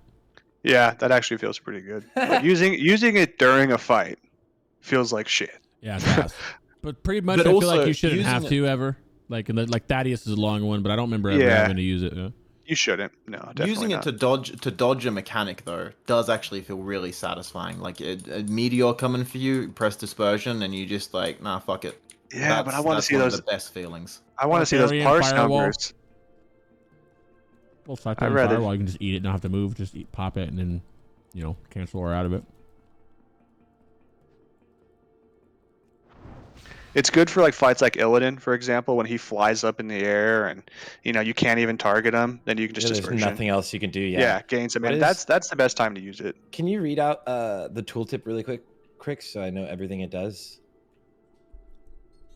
You disperse into pure shadow energy, reducing all damage taken by 90%. You are unable to attack or cast any spells, but you regenerate 6% mana every 1 second for 6 seconds. Dispersion can be cast while stunned, feared, or silenced, and clears all snare and movement impairing effects when cast. It makes you immune to them while dispersed. Does that does the mana regen change at all in combat or out of combat by chance? No, it's It's just- just it's just 6% base. every, yeah. Yeah. And is it You off of notice it. base, You definitely base or notice is it it. off? It's base, I think. You Mhm. guys know more than that one. I'm not sure about that. Is it base? I think so. it's total. I think it's total mana. Yeah, that's 6% awesome. total. That's fucking sick. Yeah. Yeah, it's an insane amount of mana. And like, if you are using it regularly, you will never run out of mana. Like that, there's no chance. Literally no mana. The only argument is you don't want to use it ideally because it's a DPS loss. Yeah. 'cause And you're we're not in the pumping Warcraft well. log meta, so you gotta be keeping up, dude. Yeah. Well, I mean, there's a lot of time in Nax where there's a lot of time when you're just running and you have time to do it with no problem. Oh yeah, Yeah, between trash absolutely no packs, issues. it's fine. You mentioned Thaddeus before. Even after Fugan and Stalag for the jump, you don't lose any movement speed using it. Just press dispersion and do the jump and go to Thaddeus with full mana. Jumping's easy. You know this jump that you can literally just walk over. I'm just waiting for me to fall off of it. I figure if we make it till we have rocket boots, we never will. But Yeah. Sarthe, at least he didn't fall twice in a row. All right, what else is new? What else we got here, guys? I mean, Shadowfiend pumps now. I mentioned that there you go. earlier. I mean, it scales way better. It can snapshot a shit ton of abilities. It scales with, Bloodlust, Icy Talons, Hunter's Mark. I mean, anything that a pet normally would, it scales with. It ends up on, 90-second to 120-second fights being, higher than Shadow Word Pain as you DPS, and it only lasts for 15 seconds. It's pretty insane. It crits. I mean, it gives back a shit ton of mana. It's honestly one of your best DPS abilities. And in rotations for short fights, if you're going to Lust on Pull, I recommend actually casting it first over pre-casting, like Vampiric Touch, for example. It's just insane damage. It's also worth mentioning that something that's not even mentioned on the tooltip for Shadowfiend, it's not mentioned anywhere. It has a spell now. It has Shadow Crawl, which is basically just Shadow Step. And you can manually cast that, and whatever it Shadow Crawls to takes more damage from the Shadow Fiend. Yeah, So 15%, that's awesome. 15% damage. Yeah, and it can just instantly swap target if you use Shadow Crawl. If you don't instacast it when you summon it, you've got a teleport to swap target whenever you need. I like that it goes at the feet of the boss. You don't have to actually put it there, like trance or something. What do you think, Picker Embrace? Anything change on that? Vampiric Embrace. Yeah, no, I don't agree. I don't agree. It used to be you used to have to spend a global to debuff the boss for a minute to heal your party for 15 to 25% of your damage dealt. Now it heals you for 15% of the damage dealt and your party for 3% of the damage dealt. But it's a 30-minute self buff, so it is always up. You will always have Vampiric Embrace on every fight. You don't have to spend a global using it, you don't have to refresh it, and it will be up on all targets you DPS. But at the same time, yeah, it's a lot less healing for your party. So, pros. A lot more convenient, kind of. A lot more convenient, and yeah, it's always up. It's always benefiting you, at least. What about Shadow or Death? I heard it was OP and you keep it on cooldown. What about that? Why don't you? What's up with this? Did you keep this on cooldown in TBC? Yes. Yes. What changed with it to make it so you don't? Unless it was just ass. And everything else got stronger. There you go. Yeah, I mean that was the big thing. Is the big difference in rotation philosophy for Shadow Priest between TBC and Wrath, and this actually made the most difficult aspects of updating the sim between TBC and Wrath, is how to handle Mind Flay, because it's no longer a filler spell. In TBC, you literally would use all your cooldowns, and in between waiting for those to come back up or dot reapplications, you would cast Mind Flay, and you would try to optimize the number of ticks that you could fit between a cast window, which is why you have clipping, right? But in Wrath, Mind Flay just fucking pumps. So does Mind Blast, so do your dots. But now you have to really think about, in this cast window between these two dot applications, if I only have some amount of X number of seconds, how can I optimize the amount of DPS in that window? And for using Shadow or Death, it's really only if you have to fill like a GCD window. I have some plots that we could show in the Theory Crafting channel if you want to bring that up, but there's specific spell power and haste percentage windows where you would want to use Mind Flay over Shadow or Death, or you'd want to use Shadow or Death over Mind Flay. And I actually have a plot that shows in a timeline where do those haste and spell power windows align, where you would actually want to use Shadow or Death to fill that gap.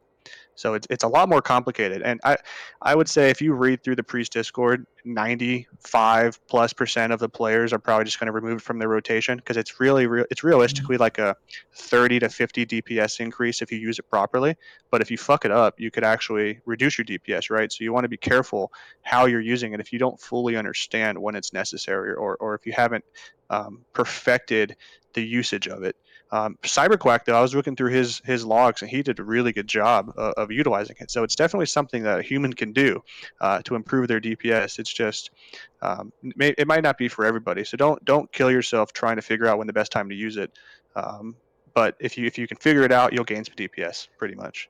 It is worth mentioning though. Shadow Priests have very limited movement options. We've got 2 instant cast direct damage spells. One of them is Shadow or Death, and the other is Talented Devouring Plague. So if you're ever moving, Shadow or Death immediately is your best option if you don't need to refresh dots. You can't really refresh them while you're running around. Oh, DP, yeah. Yeah, DP at least. It can only be on one target for those that want. Oh yeah, DP, yeah. Let's see what else we got here. Devouring Plague. Also worth mentioning is used to be undead only on a long cooldown and cost a lot of mana. Now it's it's something insane, like 1200 mana. Oh, it's still pretty beefy. Now it's 25% of your base mana, but that 25%. Oh, base though. Base. Yeah, base. Yeah. And it can only be on one target. But other than that, it does the generally the same thing. It does damage over time, ticks every 3 seconds, scales with crit, scales with haste, and heals you for a bit of the damage done. And does a little bit of damage off front with the talent, like you said. Yeah, if you spec into Improved Devouring Plague, it deals 30% of its instant damage immediately. And it also, it's worth mentioning, it is a disease, so a lot of, in TBC at least, a lot of mechanical targets are immune to it, like Fel Reaver, for example. And also, Pestilence does not spread it, despite private server knowledge from a lot of people. Pestilence does not spread Devouring Plague. Yeah, all the giants or whatever they are in mechanical things in halls of stone and lightning. Oh, I wonder if Uldwar X2. Yeah, you're not gonna be able to do. Yeah. I tried looking that up. I googled it, and Google literally told me that it couldn't find any results for disease immune X002. So I think we're gold. I think they just scrapped that in Wrath because Death Knights do so much diseases that making some bosses disease immune would just be such a meme. Adding a hero class that sucks. I'm down. Yeah. I mean, what? Oh my god. I'm kidding. What else we got here? Yeah, looks like I don't think there's anything new. That's it for the new stuff, huh?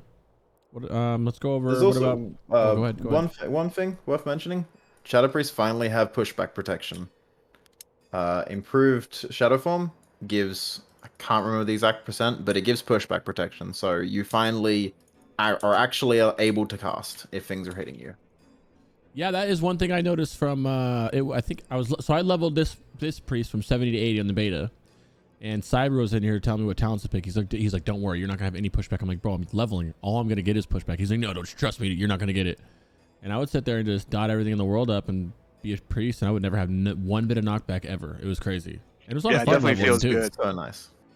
Shadow Priest leveling is so fun. I love it. Dude, Shadow Priest so leveling much. was as fun and almost as fast as it was as a warlock. It was crazy. Like, you just die and it's dispersion and everything was dead. It was kind of crazy. And I had no gear on too, so it was. Yeah, I can only there were imagine, like, people were testing in just like the boosted 70 gear on the beta, and they were just absolutely blasting through. Never ran out of mana. Could kill literally 50 mobs in a row, and never have to worry about mana. Yeah, Actually, a really nice leveling class then. Oh, it's a phenomenal. like a It's change. all the I casters I leveled, this was my yeah, this is like my favorite one. I think it was so smooth. It was I think like Warlock's effortless. pretty Yeah. It was Shadow is effortless. definitely a top tier leveling spec. It's absolutely up there with the best of them. Yep. I mean, another note on the talents. In TBC, you could vary certain talents to either optimize your hit perfectly, optimize your mana usage, or optimize your damage. You usually had to sacrifice one thing or another to do that. In Wrath, that's not really the case. There's pretty much a standardized set of talents that you're going to take for raiding. You're not going to have to sacrifice anything to gain anything. You're going to pretty much grab all the things you need, and then that's it. So it makes it a lot easier for new players to pick it up. You can just go to a single guide and it tells you exactly what you need to do. And another thing on talents, of all things, improved Fade now reduces the cooldown of Shadowfiend as well, which is obviously Dude, that's great not- because 5 minutes is quite a long time, and of course it pumps now. Called Improved Fate anymore though. It's Veiled Shadows. It's the same thing. It's improved Fade, dude. Come on. Yeah, it is the same. It used to be that. It's the same icon. Which It what is. makes it do that? Is that imp? It's just, Shadowform? Veiled Shadow just reduces the cooldown of Shadowfiend. No, yeah, but imp Shadowform makes it so your Fade ability has a 100% chance to remove all movement and parrying effects, while in Shadowform, which I love personally. Yeah. That while in shadow form becomes a key thing for Shadow Priest though, because everything is while in shadow form. Like you never want to be without it. Except when you're doing hymns, right? It pulls you out automatically. Hymn of Hope is disc, isn't it? I think. Yeah, but I think he pulls you out when you use it. Nah, only holy spells pull you out of form. Cyberquack in chat, if you're listening, did him bring you out of form? Literally right now. Him brought me out of Oh form. yeah, check it out. Okay, Both fair enough. both hymns. Oh yeah, it's in the holy tree. Okay. For some reason, I thought Look only how cool divine it was in looks. holy. He's like a little musician for some reason. It looks yeah. cool, but it drops your DPS, which doesn't look cool on the meters. Significantly, yeah. Significantly. When they ask for that hymn, you're like, oh, really? Yeah, you got to be the homie, but I mean, maybe that's why they bring you. So you do what you got to do. Yeah, that's how you make your argument, Did you guys want to touch on, this is the raid build I have pulled up from your WoWhead guide? Is there anything that you wanted to touch on it in terms of a rating thing? No, not really. There's not much to say about it. The only thing is, there's a few questions that get asked regularly about it, and primarily it's, do we not need, is it Shadow Focus, the threat reduction talent in tier 2 of Shadow? And no, we don't Shadow need, Affinity. we don't need, yeah, Shadow Affinity. We don't need threat reduction anymore. No threat There's issues no at point. all. Yeah, no threat issues at all. That's not going to be a problem. Never worry about that in PvE. You might see them wink at you when you mind steer everything for 2 seconds, and then they'll see immediately go to whoever else was next. Yeah, pretty much. And then there's Focus Mind, which you run 2 out of 3 points in. You can drop those, put them in Improved Vampiric Embrace, put one in Psychic Horror, you can move them around if you don't need the mana from it. It's tier 5 next to Vampiric Embrace. Yeah, I think the way I would go back and forth is the improved shadow form. So early on in pre-patch, when you have shit gear and you're really getting into Nax, I think mana could potentially be an issue, especially as people are starting to learn their class.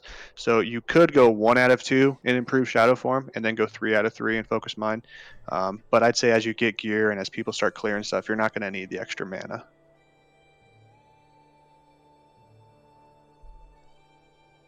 Pretty obvious. I mean, kind of just taking everything from Shadow that does damage.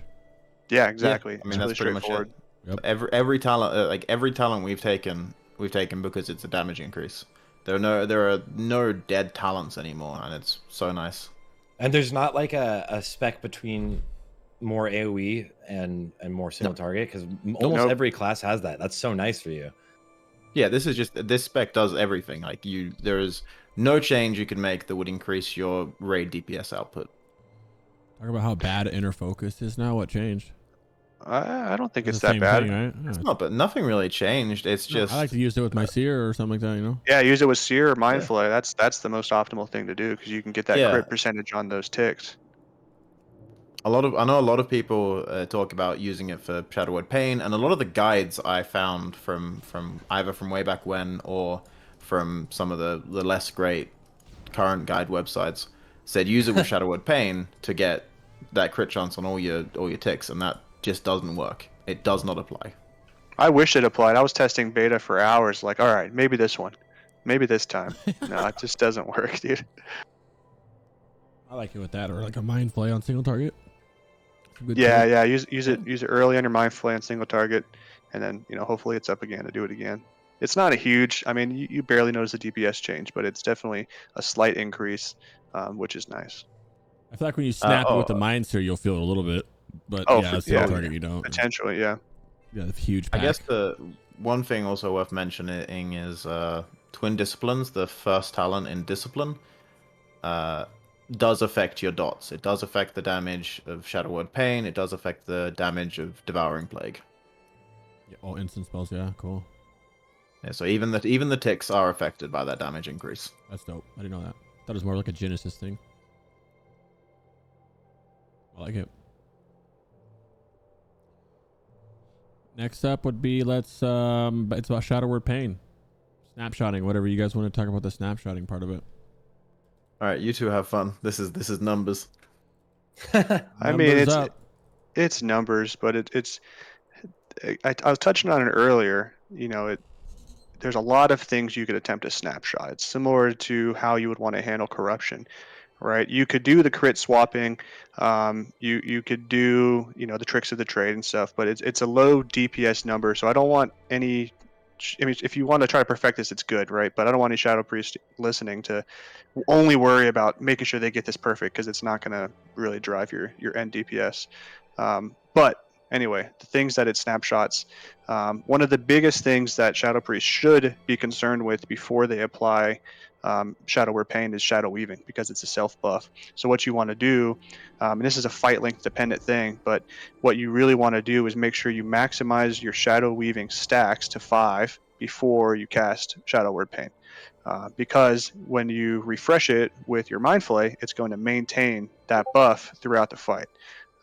So what the shadow weaving does is increases your shadow damage, as Crix is showing, by 10%. So you get that throughout the fight, which is pretty huge. So the reason I say that this is a fight length dependent thing, though, is because if you cast Shadowword Pain before your initial mind flays, you actually get an increase in your percent damage on those casts, and you could potentially get an extra tick over the fight length, such that that 10% might not outweigh putting Shadow Word Paint up earlier. So I actually have a plot in a theory crafting channel of the Discord, which shows at what fight length do you want to put up Shadow Word Paint at 5, put Shadow Word Paint at 5 weaving versus 3 weaving, and it will actually try to optimize your DPS for that. And the sim does all this math for you. I think the Shadow Priest is probably the only sim right now that is DPS optimal. So it's actually running on every GCD. What is the highest DPS spell I can use right now as a function of some cast window? So it's not really a priority based. So you can use the sim to figure out what's the best rotation I can do to optimize my DPS. Can you say off the top of your head, do you know around what fight length optimizes? It's around 90 seconds. Can I share my screen? What's the best way to get to the Discord to look at these plots? I think just send me the link. link it in the link it in the chat and they can put it up. Link the Discord or link the whatever. No, link the chart, the plots. Okay. I was trying to link them, but you have so many plots in that chat. I'm Yeah. overwhelmed trying to figure out which one. Real theory crafting in the Shadow Priest Discord. Got you in there. You thought Feral would. Called theory Oh, crafting. great. I didn't pin that one. You have to go into theory crafting to get a roll. 1 minute. Check. Yeah, but that's cool. Like that like fight length literally changes that part of the rotation. Like when you get your dot up and when you keep it up. And that's actually like really exciting. Like there you go. Yeah, so what you have here, where'd it go? Yeah, so what you have here, the y-axis is fight length.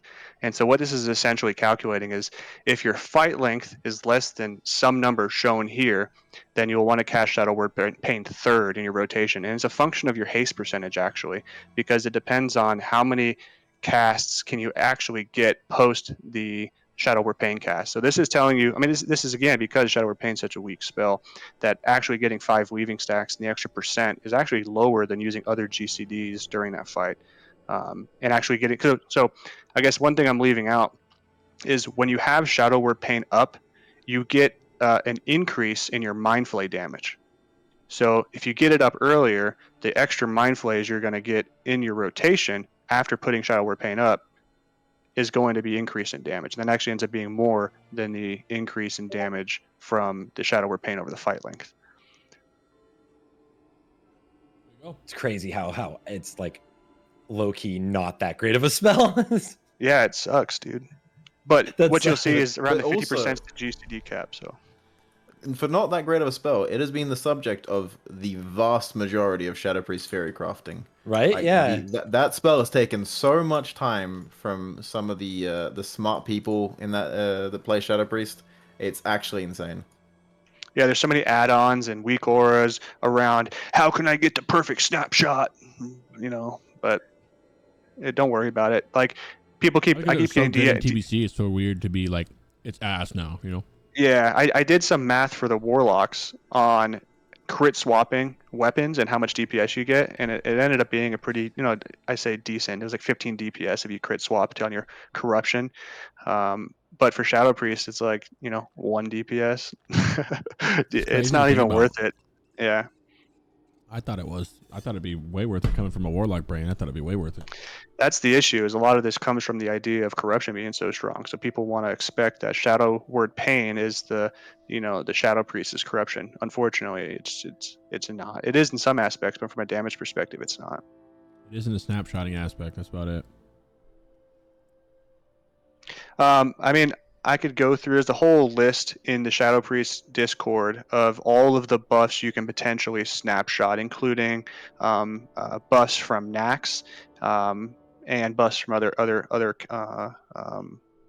abilities. Let me see if I can find that list. It snapshots your crit and your damage percentage. So it's anything. Yeah, in the world that's essentially it. Yeah, it's anything in the game that will give you some damage, like a Curse Elements, Earth and Moon. A Tricks of the Trade. If you somehow fandangle that as a Shadow Is that Priest. the same for Warlock? Is the exact same? Mm-hmm. Shadow. You don't besides get, like, damage, corruption, and spell powers, corruption and Shadow Pain are the same fucking thing. besides damage. They just literally you can snapshot the same thing. Yeah. Mhm. The Like only any the only big thing to consider is that it is only snapshotting percent damage increases. Mhm. It does not snapshot something like Demonic Pact or Flame Tongue Totem. Spell power. Any direct spell power increase does not get snapshot and will be refreshed every time you cast Mind Flay. So it's like, Thaddeus buffs, Spore Yeah, I from guess that- Gluth or whatever that boss is. Malgo Sparks. Yep, Iron fungal creep. Council. The power runes on Iron Council. Anything that you do that gives you damage, more damage, not spell power, but actual damage, like a Curse of Elements or 10%, 13%. I'm sorry now. Stuff like that. A Destro potion, the crit on a Destro potion, or think ahead. That also wild magic. Well, that also adds a certain requirement to figure out what you want to use as a pre-pot compared to what you use during a fight. You might want to use Potion of Speed during a fight, but pre-potting Destro or Wild Magic will give you that effect on your Shadow Word Pain.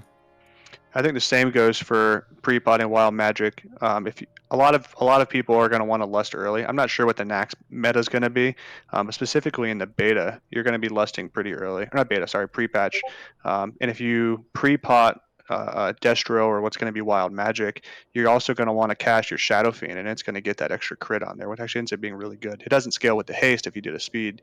And anyway, you'll probably be so GCD that you get a cap. double snap, That's dope. right? Like a little double snapshot then. You know that. I guess Yeah. maybe I'm not understanding what Like you're 18 saying. I think it means so- out of the so- potion. The potion snapping. Yeah, the potion double snapping. snapping both to your Shadowfiend and Oh, to yeah. your It's Shadow Word. snapshotting on multiple things. Yeah. Yeah, exactly. Yeah.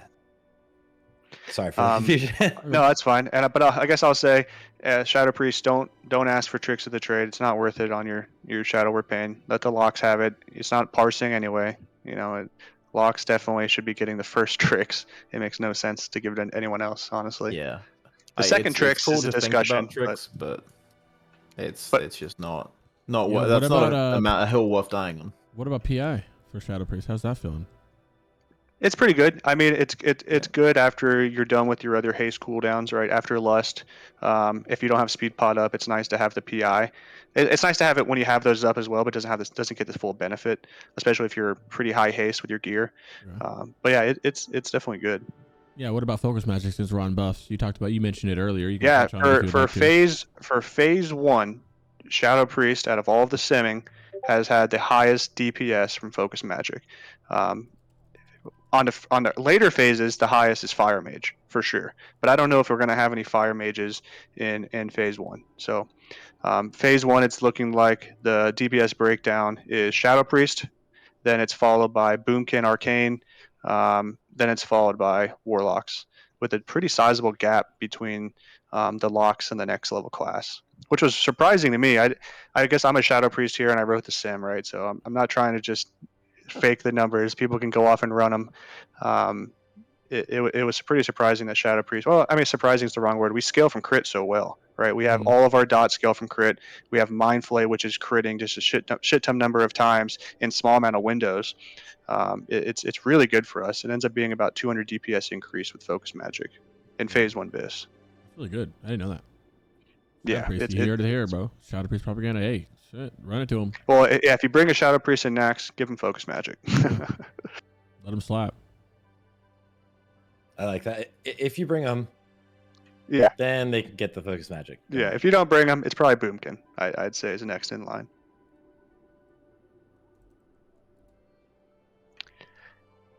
So that's pretty much the Shadow Word Pain discussion. Snapshot the stuff you can. I expect that there's going to be. I've seen a few weak ores already going out, and a few add-ons trying to, not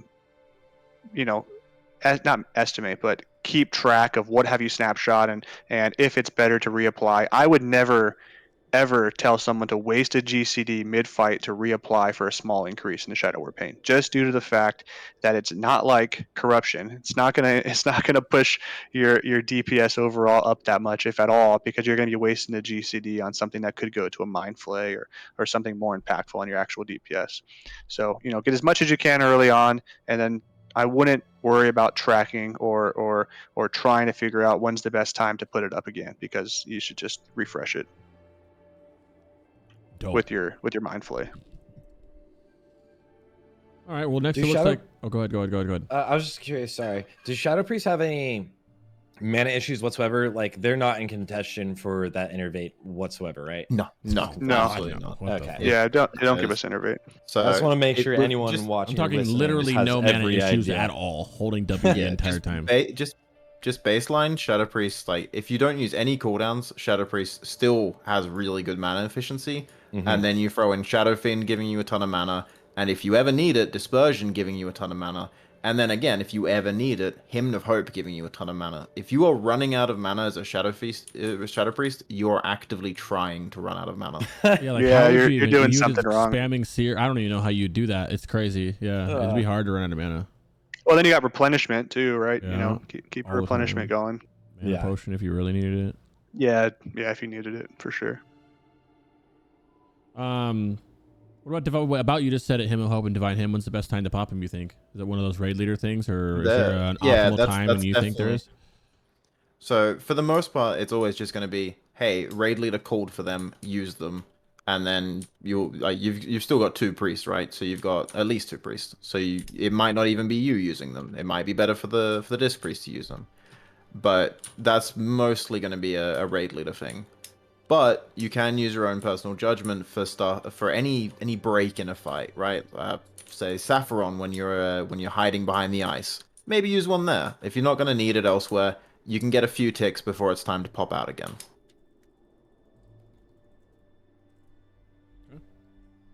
I mean, you could potentially give it if you're in a mage group and they run out of mana, you could pop it, help them out, right? So. I know Cyber was using it in some of his fights. I haven't played enough on the Nax to understand when's the best time to personally use it, but maybe he could throw in a comment in chat if he has any input. It's also it's raid wide, isn't it? It's not just group wide. It's just raid wide smart mana restore. Yeah, true. Yeah, so it doesn't matter what called group you're for in. before in like a maybe not like when you're doing like very fast Naxes. So far, I've heard it called for in like when you're like 2 healing Nax 25 in a speed run or something, right?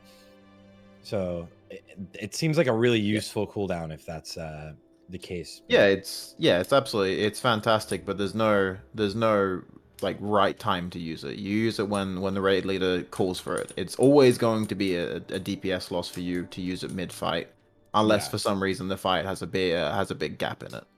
Yeah. What about, you mentioned it earlier, but a couple people talked about it. When's the best time to use Shadowfiend? How do you snapshot it? How does that work with the Shadowfiend? Well, Shadowfiend BIS usage. I mean, for my opinion, it should be used as a DPS ability. It's really, really, really strong. So what I'm going to be doing personally, and what I do in the sim to maximize DPS, is I use it first as the first ability I use after pre-pot. And then I will go. So a lot of people would want to precast VT, right? But you want it. Well, I say first, as in if the raid uses Bloodlust first. So you want to use it before Bloodlust. That's key. So I guess I'm still in the mentality of you Bloodlust on pull pretty much, but I'm not sure what the next meta is going to be. Oh, so it does not snapshot your haste. It takes the haste of the Bloodlust when it's used. Yeah, and I see talents on itself. Yeah, see, that's a big distinction that I actually understood incorrectly because I thought it snapshotted all of your buffs that you have them, just like a Death Knight. So that's like a very different than Death Knights in particular. Yeah, that's the Death Knight gargoyle scaling is unique to Death Knights pretty much. Yeah. Shadowfiend benefits from like the AP % modifiers, melee crit modifiers, melee haste modifiers. You want to get it right before Lust. It does scale with your spell power. So if you pop a potion or you have a trinket that's popped, you want to try to get it with that.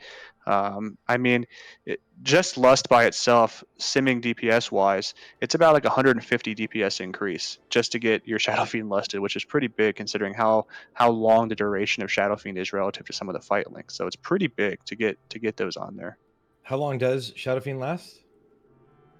15?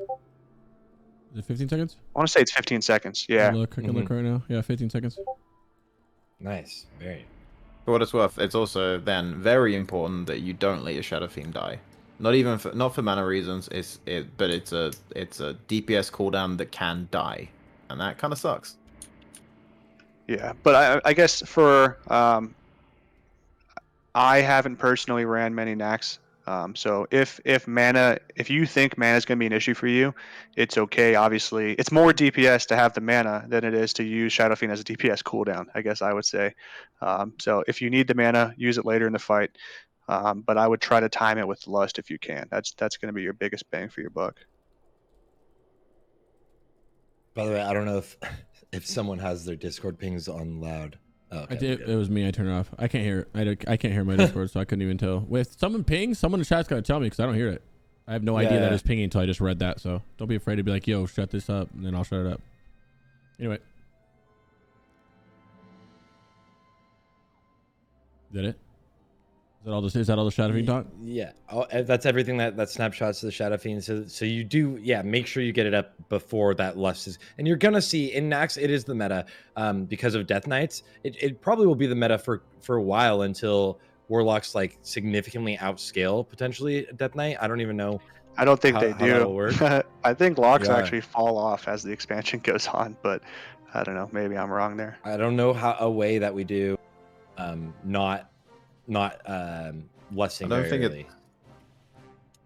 I don't think it's Warlocks that fall off. I think it's just Shadow Priest that scales hard. Yeah, that's true. I was looking at some logs. I mean, for example, that Cyberquack log that I sent to you, Crix. It looks like they lusted on Patchwork near the end of the fight. I'm not sure. That's Again, I'm not 'cause- sure rationale. That's because of Patchwork's mechanics. That Oh, you have okay. he frenzies at the last few percent, so you want to burn through that as fast as possible to minimize healing needed and time. Yeah, he's actually the only scary encounter right now in Nax. Got it. He hits He does super bang. hard. Yeah, he's gonna get a lot easier as tanks get more gear, but Yeah. for right at the start, he absolutely slaps. Yeah. I mean, it's potential you could get 2 Shadow Fiends on that fight, right? What's the length of that guy going for right now? I don't know if it's not a whole 3 minutes. Too It's long. 2 minutes and like 40 seconds maybe. Ooh. And the reduced There's also, cooldown of Shadow Fiends, what is it, 2 minutes right now? Is that right, Passion? 3 minutes. It's 5 minutes base. 3 Oh, minutes with okay. talent. Yeah, got it. All right. So maybe not. Maybe you can't get 2, but if it's a longer fight, you probably could. I would not. I would That- rather have it snapshot with Lust. That's what I would wait for. It's also kind of unfortunate that you probably don't want to use Shadow Fiend on trash at all if you can avoid it, even for mana, because then you won't have it up for the boss, and it's just going to be massively impactful to not have it up for any bosses. Yeah, luckily we got Dispersion now, so that kind of covers that base. That's very much like Yeah. Death Knights. We don't want to use Gary on trash because it's just like not worth it by any Meow. means. Over here, Gary. Yeah. I think SpongeBob, Doug. Is that weird? Not at all, dude. I feel like now I need to add Us that to my boomers. sound week or when summoning it. Is Stars watching? Yeah, bro. Bigtit, you have anything to toss in here, my friend? I think it's finally just nice to actually have a single DPS cooldown, Yeah, because this for is the real. first one we've ever had, and it's a pet. There you go. I can't believe we did that much damage. Hey, I think we have- I think Quag was like, "Yo, look at your Shadowfiend damage." I was like, "Why?" And he looked at it. I was like, "Holy shit, there's a lot of damage." He's like, "Yeah, use Yeah. it better." I was like, Linelo, "Okay." Linelo, you posted logs of just how much it was hitting before earlier today, didn't you? Yeah, I did. I So don't know where that went. 3,000 damage hit.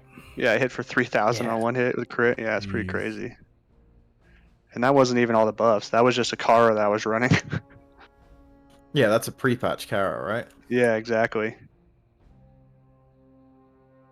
That's dope. Oh yeah, Bigtit posted it in the Discord.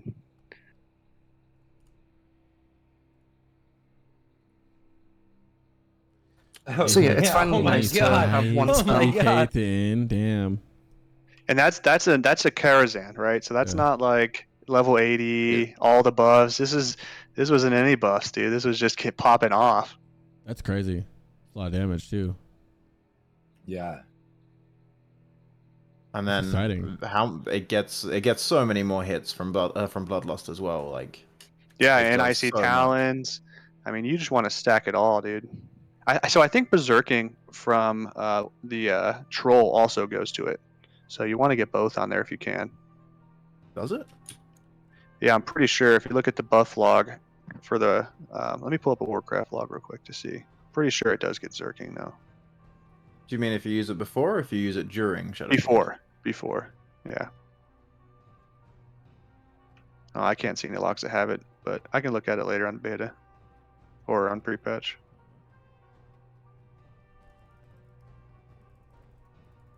Oh no, we've gone over to WOTLK content on the stream. No, I didn't finish the whole run. I stopped after 4 hours. But the next part is the rotation anyway, so it's kind of perfect.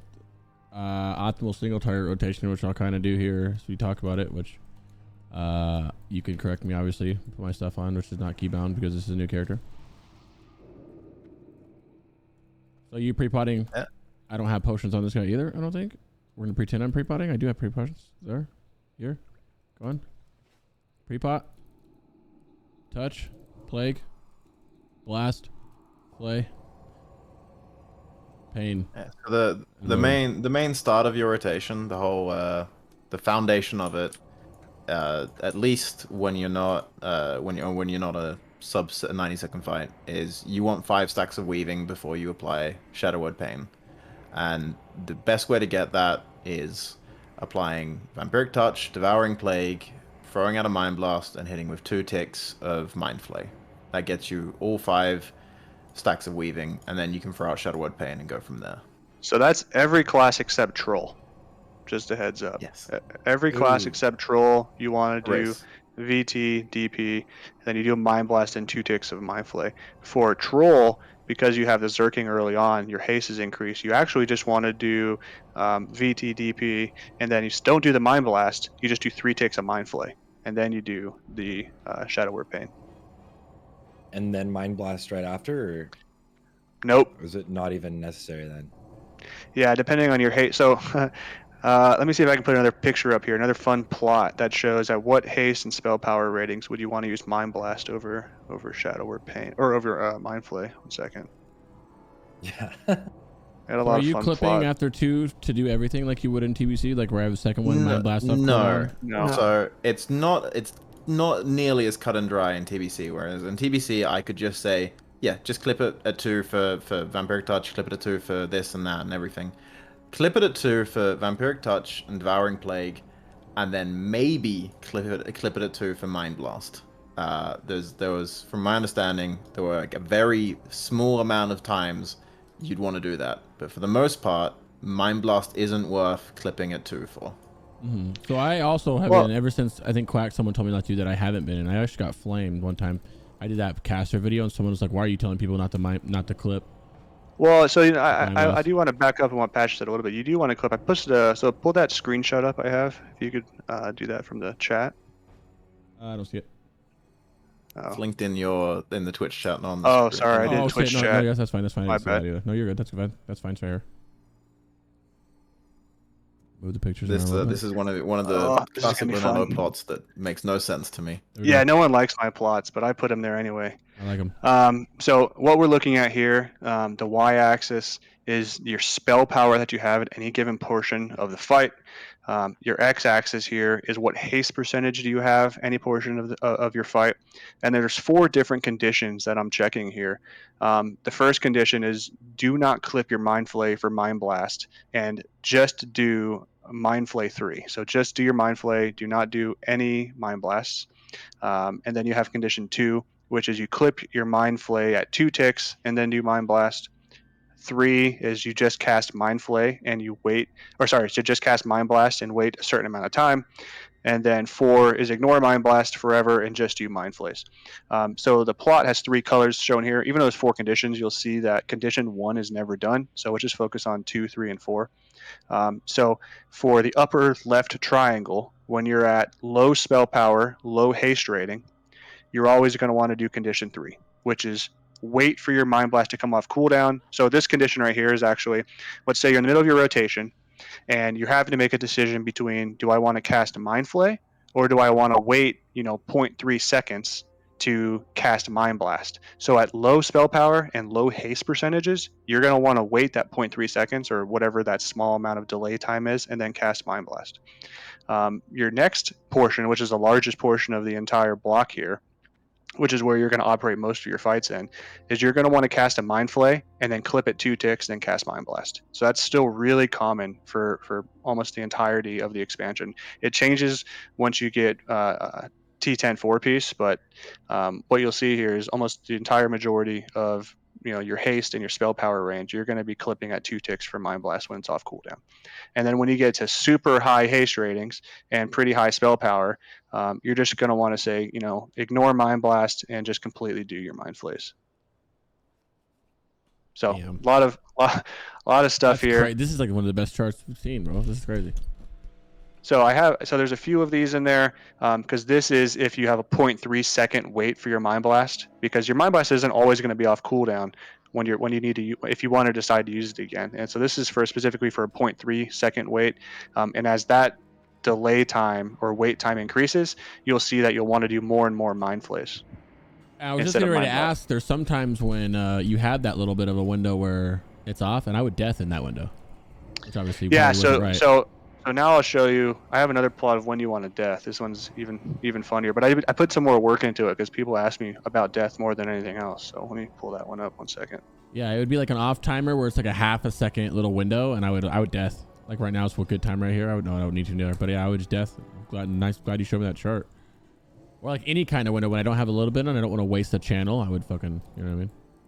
I posted another one actually to keep, since we're on the Mind Blast topic, if you want to pull that one up. Perfect. It's in the Twitch chat. So now the other one where it shows you is a 0.3 second wait time. So this one's a 0.1 second wait time. So imagine Mind Blast is pretty much off cooldown. And what you can see here, the color, the mint color is your option 3, which is pretty much just cast Mind Blast. So Mind Blast is still a pretty strong portion of your rotation if it's up and ready to go between 2 spell windows, right? So this is saying it's better to wait 0.1 seconds or 100 milliseconds and cast Mind Blast versus casting a Mind Flay. So a lot of people have the idea in Wrath that you just kind of get rid of Mind Blast, it becomes lower priority, but you use it quite a bit and it's still a pretty good portion of your DPS. It keeps up replenishment as well, and it can also have your Spirit Tap procs. So yeah, it's still pretty good. We'll see how much damage it is from Cybers. Yeah. It is like also worth mentioning that it might that might end up changing drastically with tier 10. Yeah, I have another plot with tier 10, but I don't want to focus on that one here because it's just so I'm making far a down the compilation line. of you saying I have another plot. I'm making a compilation. Yeah, I have a lot of plots, dude. But yeah, that's a very different thing, and that's also where a lot of people get their information from. Is like, oh, on private servers in ICC, we didn't use Mind Blast, but yeah, that's private servers in ICC. It didn't help that every private server content creator was only making content about ICC back in the day. It felt like, dude, I almost didn't make a new sim because I was getting convinced by other people that, hey, just use SimC, it's out. And then I went through the code and I ran through some of the calculations they were doing, and I was like, oh, this is shit. It's just all it's all priority based. Yeah. Which I mean, most sims are priority. Yeah, most sims are all priority based, but I prefer it if the sim doesn't just tell me what's best gear, but it tells me what's the best spell to cast when. So I just figured I'm just gonna do it myself, and I'm happy I did that. Yeah, that is worth mentioning, that if for anyone that does actually want to deep dive into how to play their Shadow Priest specifically with their gear and their raid buffs, the best way is to go into the sim with all your gear, set it up for your character, for your individual situation, and look at the detailed results. Look at what the sim does, how the sim plays the game. Yeah, the sim is actually calculating what is the best thing to use when. You guys have a link to the sim? Let's see. Yeah, I can post one. Yeah. So Crix, one more. So now I'm gonna switch over to Shadow Word Death. If you want to pull up the plot I just pulled up, this one's a little more. I mean, they're all pretty much the same general idea, but I had a little more detail on this one for Shadow Word Death. Go ahead. Oh, you just got it. Oh, where's that? Yeah, I think that's the one in the Twitch. I'll start putting it in the Discord. Oh, either one. No, you're fine either way. I love these. All right. So this one has 2 plots on there, and so let's focus on the top plot. So the top plot's the exact same idea as the other ones, where you got spell power on the Y, haste percentage on the X. The color here is, because the title of the chart is when to use Mind Flay. I should have put a color bar, but it made the plot ugly. So yellow is when do you want to use Mind Flay, and blue is when you want to use Shadow Word Death. And then I have these red dots overlaid on top to see where are we actually sampling this plot during an actual phase 1 BIS fight. And so on the bottom plot, what I have here is spell power on the left axis, and then haste percentage on the right axis, and then the bottom is time. So what we're actually looking here is, how is my spell power and my haste percentage changing as a function of time due to my buffs or my procs or anything actually happening. So this is just to give an example from a sim run that I did in phase 1 BIS for like a 80 second fight. I can't see what it is, but what you'll see is, for the majority of the fight, we're actually operating in just do Mind Flay regime, where you don't want to do any Shadow Word Deaths. But there are some portions, which I've highlighted in red, where you're at a lower spell power, you're at a lower haste percentage, where it's actually more DPS to fill gaps using Shadow Word Death. And so what you'll do is you'll go into sim and be like, well, the sim only casted Shadow Word Death 3 times. Why? Well, it's like, okay, because it was trying to figure out what's the most optimal DPS spell to use in these low spell power, low haste percentage portions of your fight. So if you're tracking that either in a weak aura or some other method to see where am I actually operating in these 2 regimes, this will tell you when is the best time to cast Shadow Word Death. So it's not a shit ton of time during your fight, but there are opportune times to increase your DPS by about 30 to 50 DPS just by plugging in those 2 to 3 Shadow Word Deaths over your fight. So Is it more like, would you rather Shadow Word Death or 1 tick Mind Flay? Oh, Shadow Word never Death. Never one. Yeah, never 1 tick Mind Flay. Because the global cooldown is 1.5 seconds. The first tick happens 1 second in, and the second tick happens 2 seconds in, right? So if you do 1 tick, you've got half a second of nothing. Just guaranteed. wasted, yeah. I like it. So if you go and look at the rotation, the way your CDs align is there shouldn't be a point in the fight where you need to fill a GCD cap, and if you don't, you won't have Mind Blast or Shadow Word Death up. So that's how your priority should go. If you need to fill a GCD cap, and you want to decide between doing a Mind Blast, Shadow Word Death, or Mind Flay 2, always do Mind Blast first, and then you would do Shadow Word Death. And then if both of those are down, which it shouldn't actually happen on any of the fight links we care about, you would do a Mind Flay 2. But it's usually pretty bad to overrun a reapplication of a dot, because those are your highest DPS spells, by a pretty good margin. So that should be the thought process going in when you have a small amount of time to fill a gap before dot reapplication. Mind Blast, Shadow Word Death, and then a Mind Flay 2, if worst case. I dig it. So all those plots are pinned in the theory crafting channel. I have like, I don't know, 30 to 50 DMs a day. Like, what the hell does this mean, dude? So I'm fine. I'm fine answering them. Feel free to reach out. I'll do my best to help you out. Yeah, we're gonna put this will be a highlight, and we'll post it to YouTube tomorrow morning. Okay. Yeah, what great. about the AOE rotation, which I feel like is kind of, you have mines here, but you put up dots based on if they're gonna last long enough to put them up, and not Shadow Word Pain. I just learned. So put some VTs up if the mobs last, and then searing.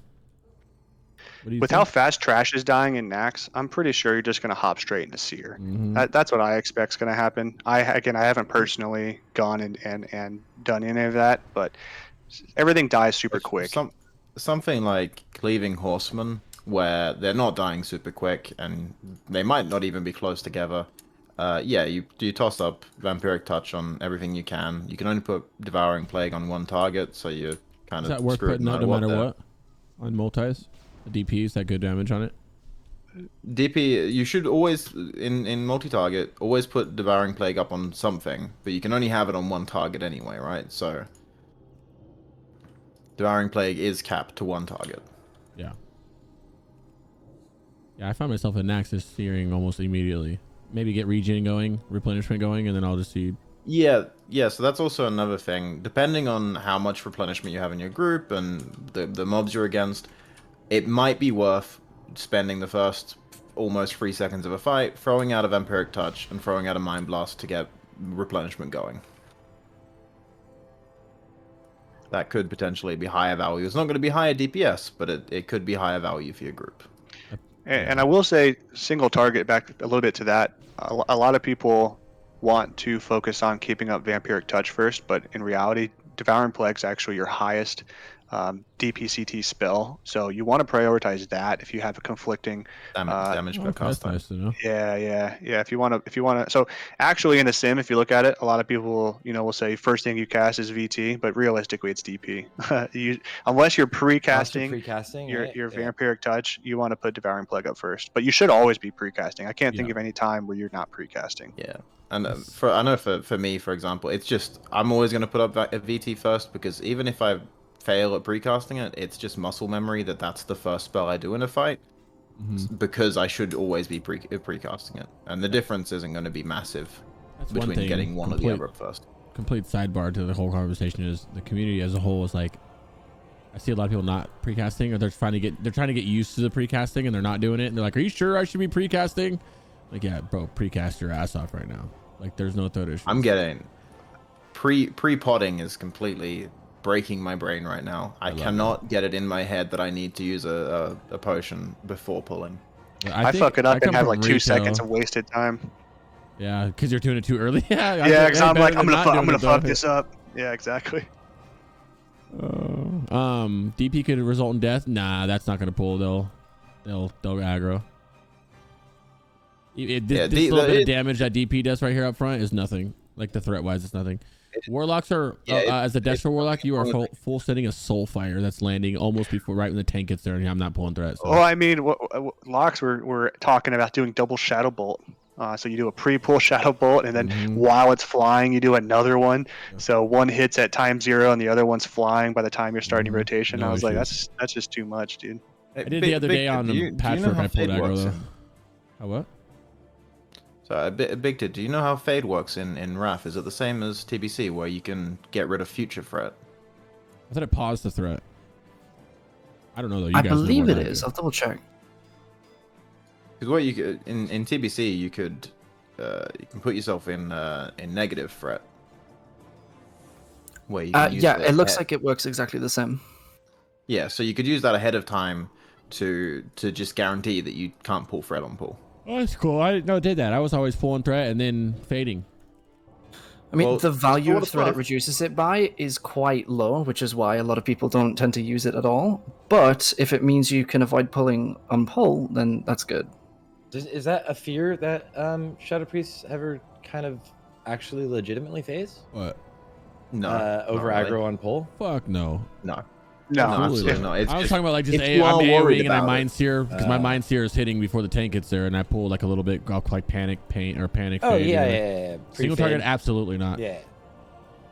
I don't know who's gonna have issues. The most I've had was I was on a Destro Lock in beta a couple days ago before they closed it, and I on Patchwork popped all my cooldowns and a flame cap and sent a soul fire that crit into my immolate that crit into a conflag that crit into an incinerating crit, and I died.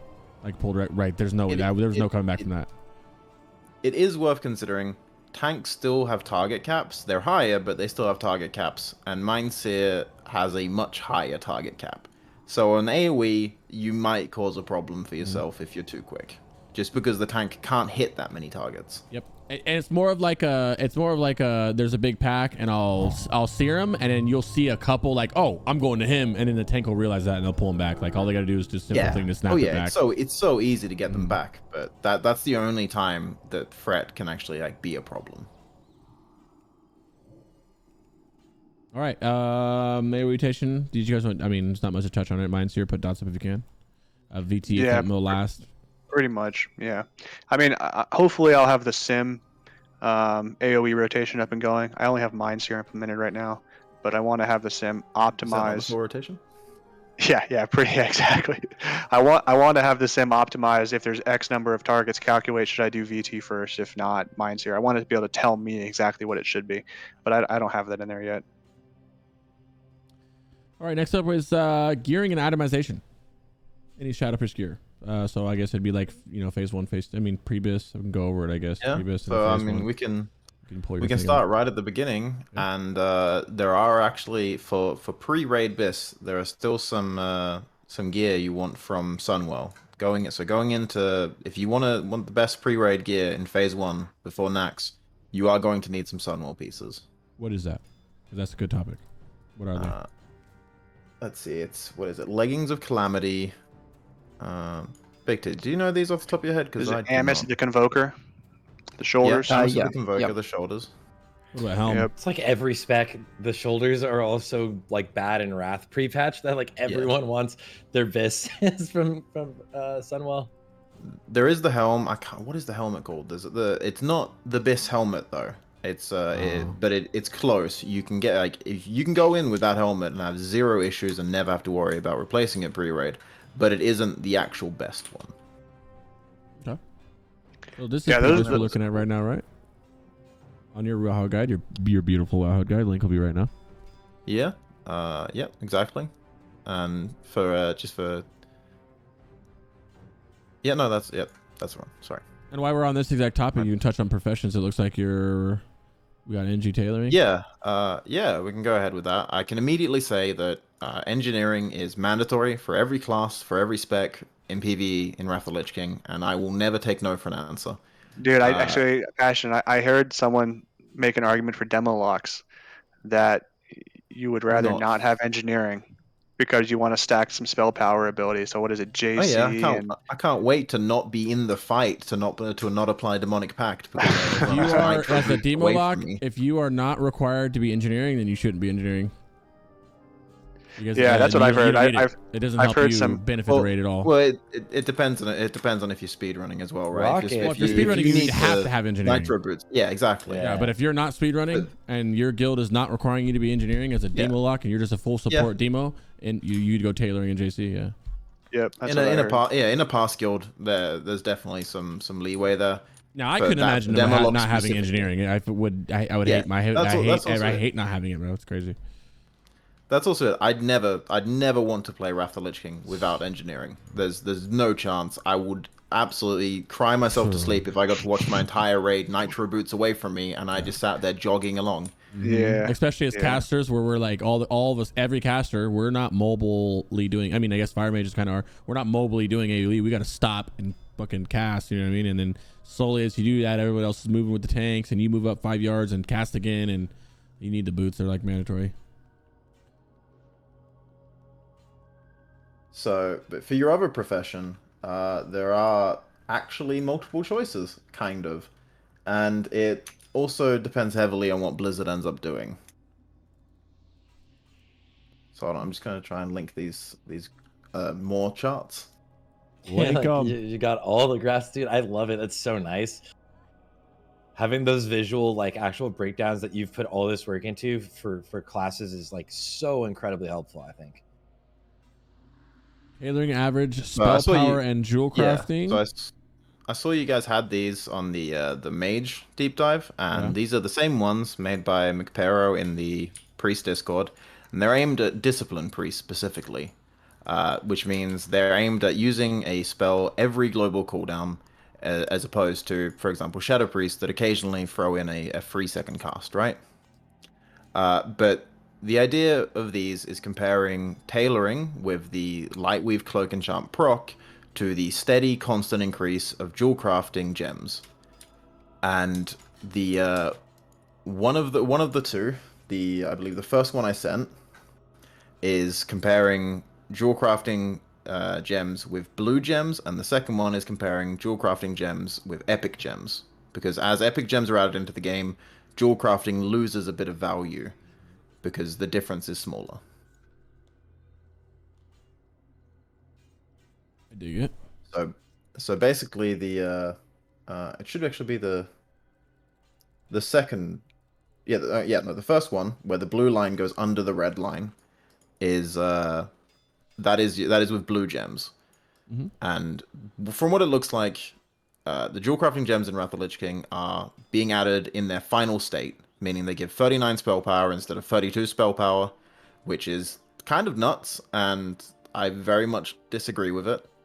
But basically, later on in Wrath, they changed jewel crafting Dragon's Eye gems to keep up with the addition of epic gems, and it looks like we're getting that keep up right off the bat, making jewel crafting in phase 1 just significantly better than almost every other profession bonus. Kind of stacks up for every class, it looks like. Then it's like a similar, every DPS class is seeing a very similar thing with the jewel crafting and tailoring. Yeah, so the main thing to consider for Shadow Priest, though, is because you're a dot class, the tailoring bonus will snapshot on all your dots. Even not so much Shadowfiend Pain, because that'll be refreshed a lot more often.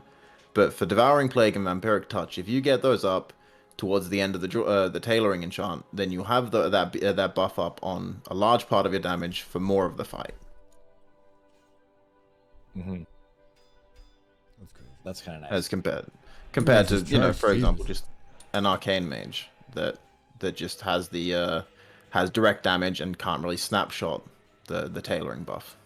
All these other classes are slacking, bro. These casters, these Shadow Priest charts. Simon Ice had some charts too. We'll give him some credit.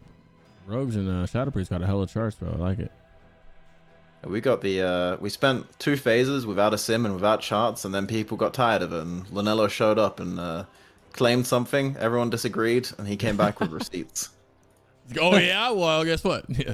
Yeah, here's some. That's the history of the Shadow Priest Discord now. Which I'll link a couple of those while we're hanging out. Anything else on Prebis you want to like, man? I don't know, maybe like what to go with first, or any kind of Prebis tips?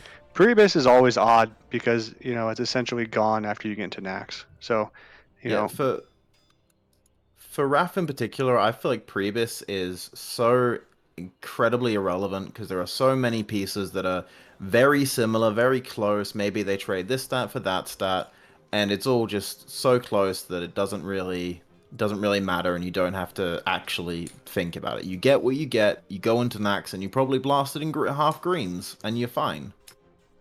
If you blasted in full greens, you would be like, yeah. But we have like a whole week, you know, until they even release Nax, so everyone's just gonna be farmed out. Yeah, for sure. But there's also like, we had a sim competition in the Shadow Priest Discord, and we let people sim pre-raid bis, and I made a mistake, and I didn't consider how insane pre-raid bis can get if you don't enter raids for the next 3 months. If you farm Winter Grasp for 100 hours, then yeah, you can upgrade your pre-raid bis, and it's the best item you can get. But if you do that, you're also a lunatic. Or if you buy all the phase 1 BOEs, there you go. Yeah, spend 100,000 gold on gear that you will replace in one run of Nax. That's gonna be a requirement for some guilds. Yeah, true. Yeah. Yeah, I mean, going for what's on the slot's pretty good, but you're not gonna. It's not gonna tank your DPS or make it. For what I recommend for pre-raid gearing is if you scroll down in that pre-raid guide, all the slots are individually covered, and I think that's the better way to look at it. Don't look at pre-raid as a full set. Look at pre-raid and like, is this item better than this item? I've got both, and that's how I'd look at these things personally. Going for a pre-raid set in Wrath is just not going to work. You can get into Nax so easily. You can clear it in whatever the hell you want. Yeah, Nax is going to be such a joke. I mean, I wouldn't stress about it. For most of the guilds, right? Again, we talked about the speed run. Top guilds, you're going to want to, you know, make everything perfect. But I think most people, you really need to focus on pre-raid. Yeah, you should have no issues. The only thing is like try to have your tanks geared for patchwork because it'll one shot you. But other than that, realistically, Nax, there's nothing really scary in the raid. No, exactly, and I just don't think it's not worth fussing about it and making because so many of the best options pre-raid aren't realistic pre-raid. I don't think that the tier you can get from badges is realistic to have before you enter Nax the first time. Oh yeah, a week you can get them. Yeah, you get like 53 you can get them a week. A day. Yeah.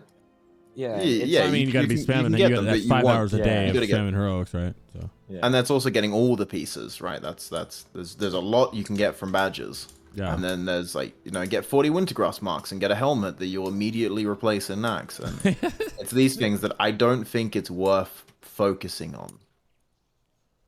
of course, some people are gonna do it, and you know, if you play 4 Death Knights, you probably got enough time to farm some free red bis. Yeah, I'm gonna have to do it on at least 2. I want to say I feel bad, but I don't because you signed yourself up for that. You know what I mean? What about your other classes? Are you just going full 40Ks? No. I've got 2 hunters. I've got 2 rogues, an NA and an EU hunter and rogue, and then I've got to figure out where I'm leveling my enhanced shaman. No shot. You're rating on 9 characters, dog.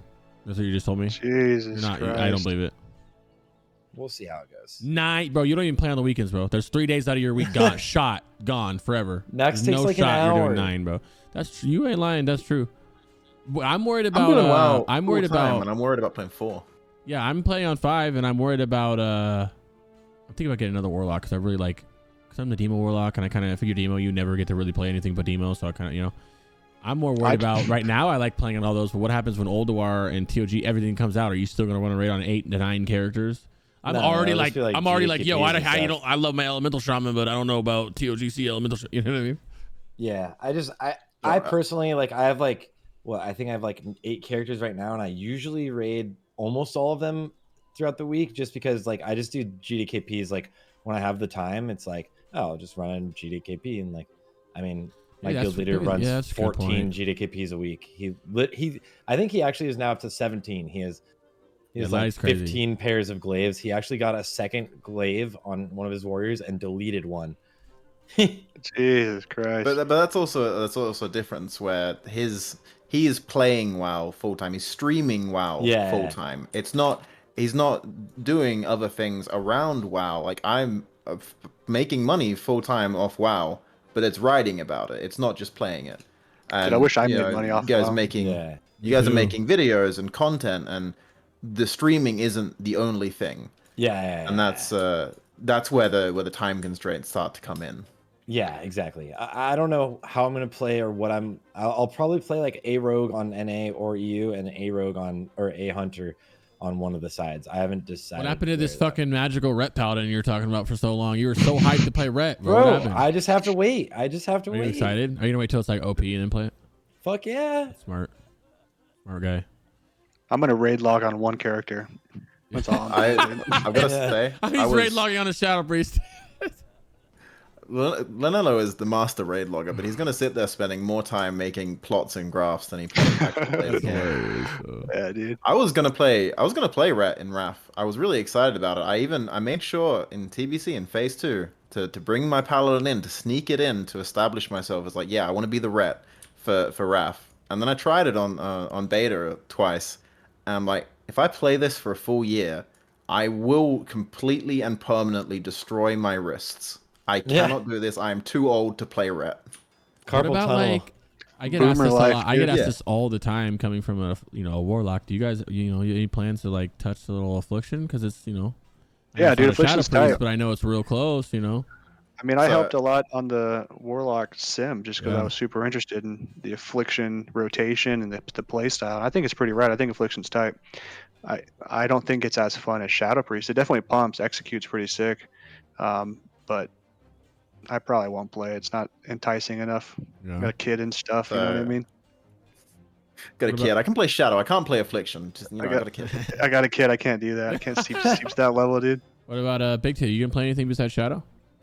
Well, that's the thing. So at the moment, I'm actually taking a very small break from World of Warcraft, but I'll be back by the end of Nax.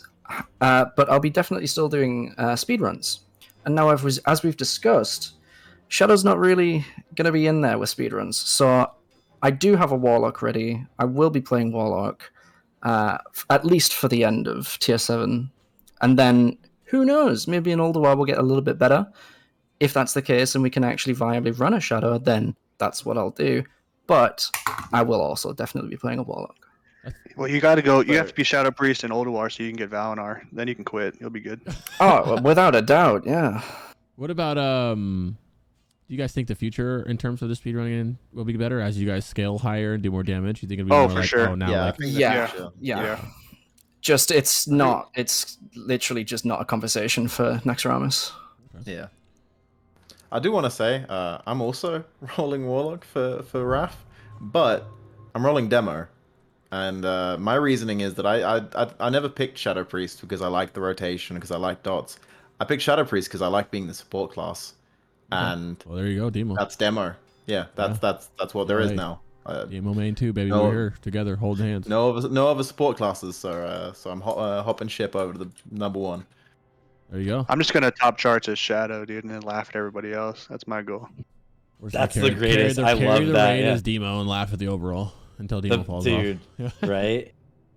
I love when like someone's like you're not like the general meta class, but you're pumping and you're beating everyone in your raid, and you're just like, yeah, that's right. I'm going for that, dude. That's my goal. I did that as Ret for so much of Wrath, where everyone's like, "Oh, Ret's pretty bad," and I was like, "Really? Have you seen this?" Yeah. My guild pumps though. So. It's crazy how many people, when you think about demo locks, all anybody cares about is the loot. They're like, yeah, loot funnel right here. I'm like, damn, bro, that's crazy. You guys better do good, bro. If they're giving you that loot, you better fucking show out. Dude, typical I'm warlocks, dude. with that idea. I'm like actually uncomfortable with the idea of playing a class that gets everything first. That I don't like that.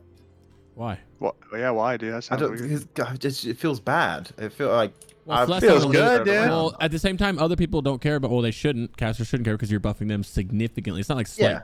Like you getting like Dying Curse or whatever. It's not like a slight upgrade. It's like fucking massive in comparison to like an Aflock getting it or whatever, Yeah, or it's definitely nice that it helps everyone. That's definitely evens it out a lot. Yeah, it Dying makes Curse people Shadow not Priest hate on it that much, Because if it didn't give them anything, you're like, why are they getting on a loot? You know what I mean? But now that people don't care about that much, because I don't even care about the loot that much. Is I'm sacrificing hit rating for spell power type shit. Like I can't wait. Even just watching some of these demos Tyrant, but some of these D-Rolls play right now. They're just playing like there's no snipes. There's a long list of things they're not doing right that just tilts me so much. But yeah, it's gonna be really fun. Until your demo quits the guild, yeah, that's why you choose a demo that you know is not gonna leave, right? You got to go like, yo, I know this person's going to be here. He's been here for a minute or whatever the reason is. Like, because that can suck. You stack up a demo all through Nax and Old War comes out and he leaves. Oh, but that's also the thing. It's super hard to find. Like right now, I'm trying to find a good spot for my demo. It's impossible. They've established their demo. Everybody wants our demo's been in the guild since week 1 classic. Like they've been through it with us through Molten Core.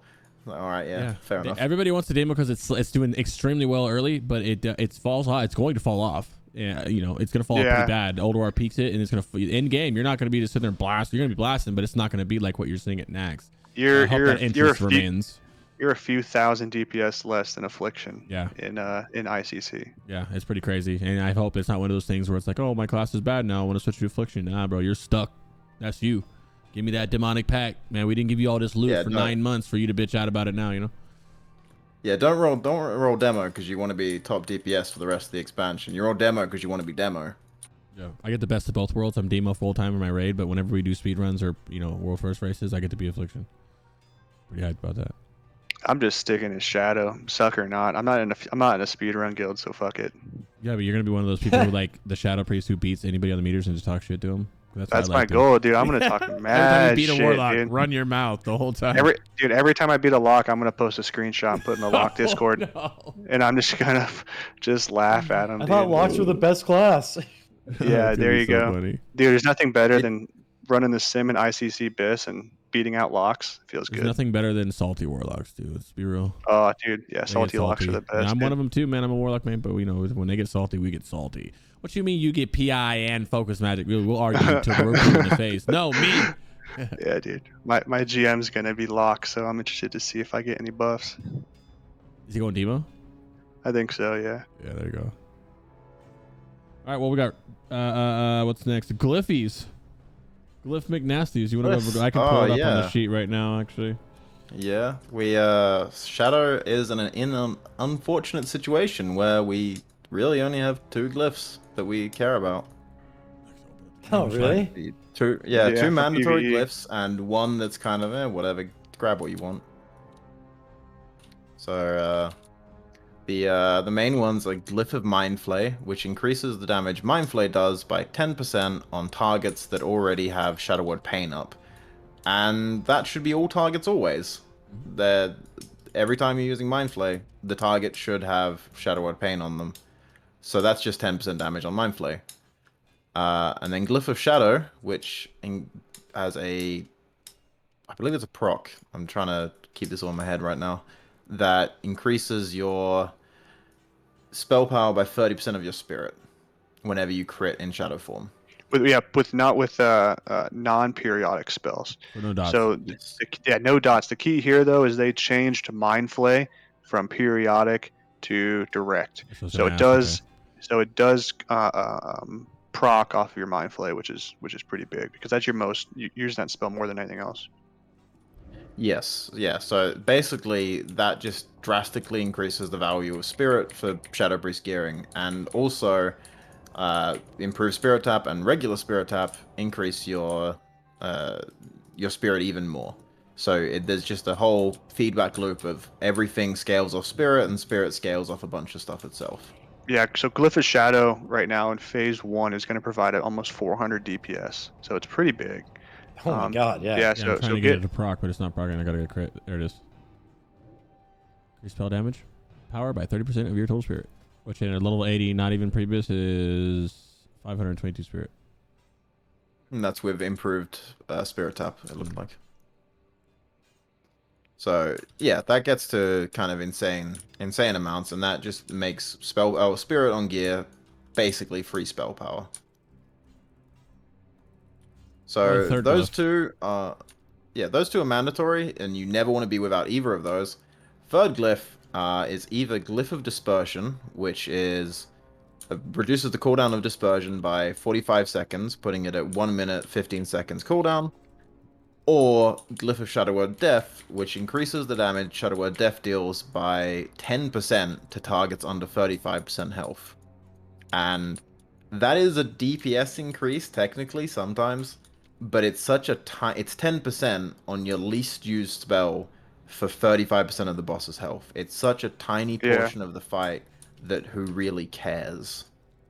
It depends on what the goal of your guild is. I expect most people are going to run Glyph of Dispersion. You can use it between your packs. If you're a speedrunner, obviously take it. If you're having issues in mana between trash, use it. But if you're like a parse guild or a guild that has boss kill time as their focus, you probably take Shadow Word Death. It's not a huge DPS increase. We're talking like 5 to 10 DPS, but it is a DPS increase. So if that's your goal, go for it. This also makes it so you use Shadow or Death under 35%. Yeah, pretty much. It helps. Well, as far as I've understood it, you still use it exactly the same way. Yeah, as you would still use it in the before. same scenarios. You don't change anything. You don't use it more often because you have the glyph. Well, do you use it under 35% on cooldown?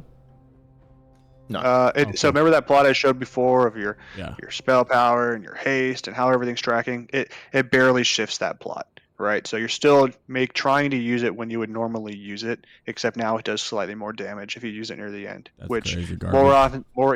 more often than not, you're going to be using it near the end. Well, that's that glyph right there. Yeah, well, I I mean, do. 20%. That's a lot of shit, dude. That's crazy. So many things that it feels like there's so much shit to your toolkit, glyphs and talents and everything, and so many different things for like a little bit, like this far away from being like, oh shit, this would be huge. Yeah, you know? 100%. If there's just small tweaks, Just and make Shadow that Priest 30%, becomes powerful. and it'd probably shift the entire execute phase for Shadow. Should be dope. Or make it where it removes the cooldown of Shadow Word Death, or reduces it by half, or something like that. Just small little tweaks would help a lot. But I mean, Shadow Priest scales crazy, so I'm not too worried. There's one glyph there actually on screen that I do want to mention, and that's Glyph of Shadow Word Pain, because I see it thrown out a lot that people are talking about that glyph. And what it does is every time your Shadow Word Pain ticks, which is once every 3 seconds, you restore 1% of your base mana, and that's base, not total, not max. That is every 3 seconds. You potentially restore 40 mana at level 80. Oh my God. That is so 40 mana. The funny thing is, this glyph was what they replaced Hasted Shadow Word Pain with.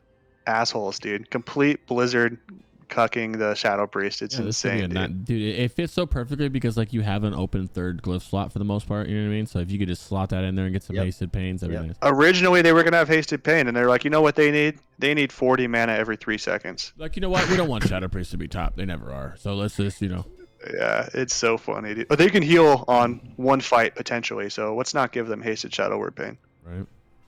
Yeah, other than that, there really aren't any other major glyphs worth even looking at or considering. It's just Dispersion, Shadow of Death, Shadow, and Mindflay.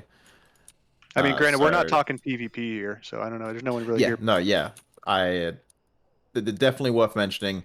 This is not applicable to PvP at all. None of us really PvP. We can't speak from that perspective. Literally, even me and accurately. Sarthe, none of us PvP.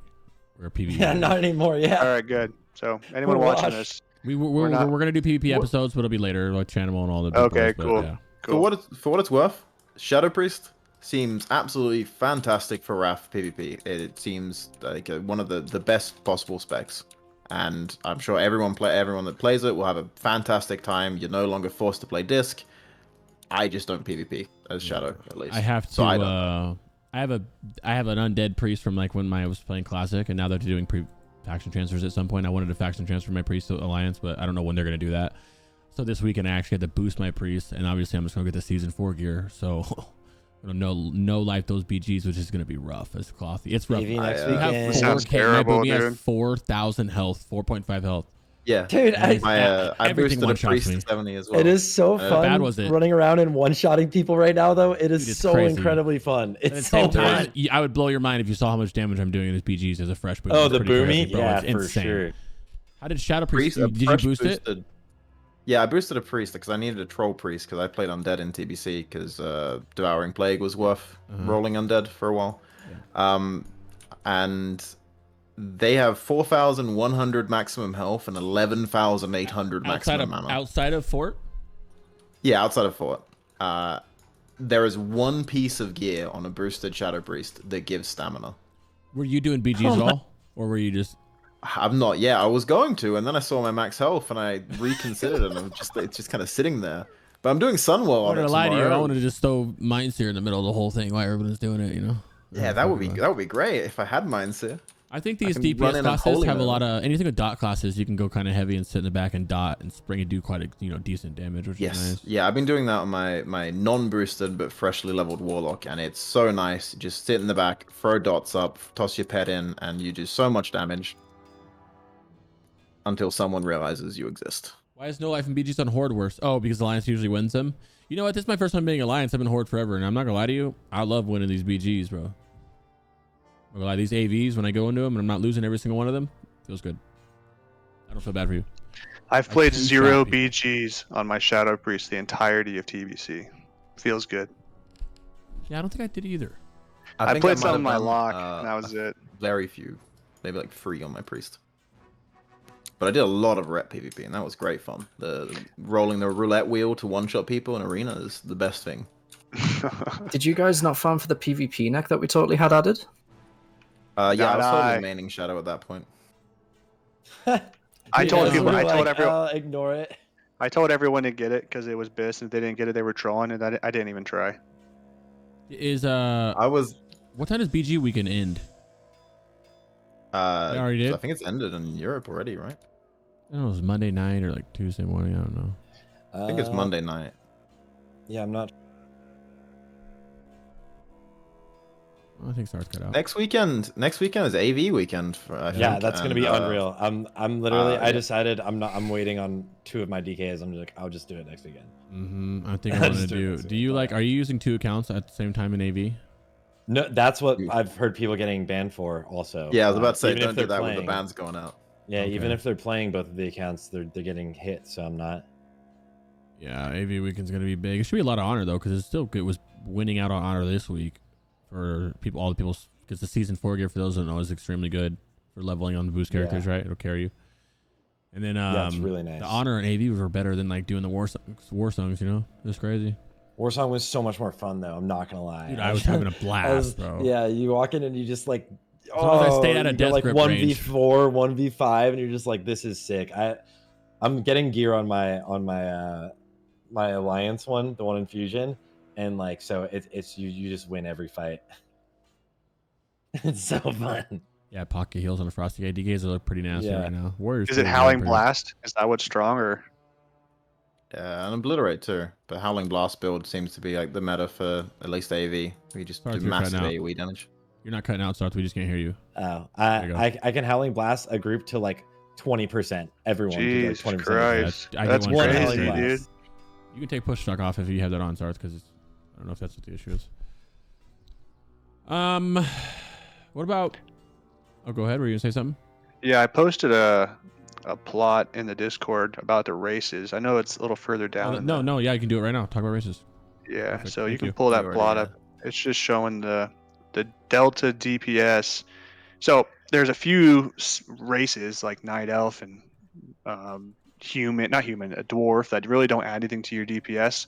So I kind of booked all of them under Night Elf here. So what we're looking at here is the DPS for each of the races compared to your non-DPS adding races. So for example, Night Elf and Draenei and Dwarf are all at 0, or plus and minus a little bit depending on the iteration of the run. And then you start getting into Human, which has the added Spirit. And so since spell power scales with Spirit, you end up getting some extra DPS to your run. And then you have Troll on the right here, which has Berserking, which is just pretty insane. So this delta DPS of 150 relative to those base races doesn't even include the Voodoo Shuffle 15% reduction in Mind Flay, which pushes this up quite a bit more. Way more, yeah. Yeah, so troll is where you should be going if you care about DPS at all in PvE as a Shadow Priest. I mean, it's just above everything else by quite a bit. Nelf does not have star shards. No, priest racials are gone. It's only race racials. Yeah, so troll is where you're at. If you're not troll, you're trolling, dude. And for Alliance, the only DPS increase race is human, and it's a fairly small amount, but it's something. I don't know. People like to say human looks better, but who cares? Damn, trolls that high. Yeah, Granted, yeah. gives it technically- Yeah, and this doesn't even include the bug, so it's pretty crazy. So speaking from Alliance, is there a large benefit in going human then? Yeah, I mean it's Not there, large. right? You got It's A yeah. little bit of spirit helps. 30 with some stuff, DPS. Yeah, but not shadow I mean- at the same time. So it's like maybe that scales too as the expansion goes on. I'm not sure what the spirits are going to be on some of the gear Yeah, sets, but as your spirit I gets think- up, human increases in performance. Draenei good for hit. Draenei good for hit if you need the hit, but you can get Yeah. it from someone else. That's Yeah, if the you thing, need it. right? You can't. It's hard to argue that you should bring it as a Shadow Priest when you kind of need every edge you can get.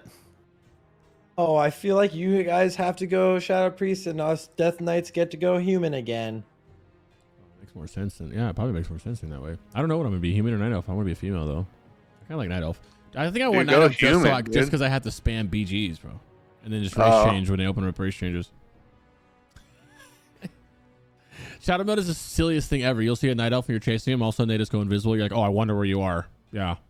Dude, Like I was pretending dwarf. like you don't know exactly where they are. Yeah. You're like, I wonder where you are, dude. I was dwarf all TBC and classic, and I fucking hated it because I wanted to top charts and I wanted to compete against the world from parsing perspective, and not only was I losing because you have the East stacking buffs, but I fucking couldn't compete with Berserking or Devouring Plague, and it just sucked. So I decided, you know what, screw it, I'm going troll. I'm not gonna do this again in Oh, Wrath. you rerolled the whole fucking faction, Yeah. huh? Damn. Yeah, I'm just my dwarf is just rotting. It sucks. All that forgot about time dwarf. and experience. Oh, it sucks, but it feels nice using Berserking. I'll tell you that. Bro, I can't believe how big a troll is. That's pretty crazy, man. That's like a fat difference. That's huge. Yeah, it's noticeable. If you're not rolling troll as a Shadow Priest, troll? then who cares what profession you're going? Who cares if you have perfect bis?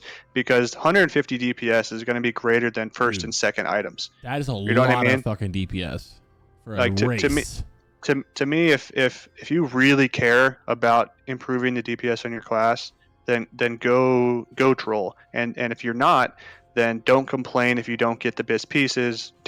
Don't complain or don't worry about perfecting your professions.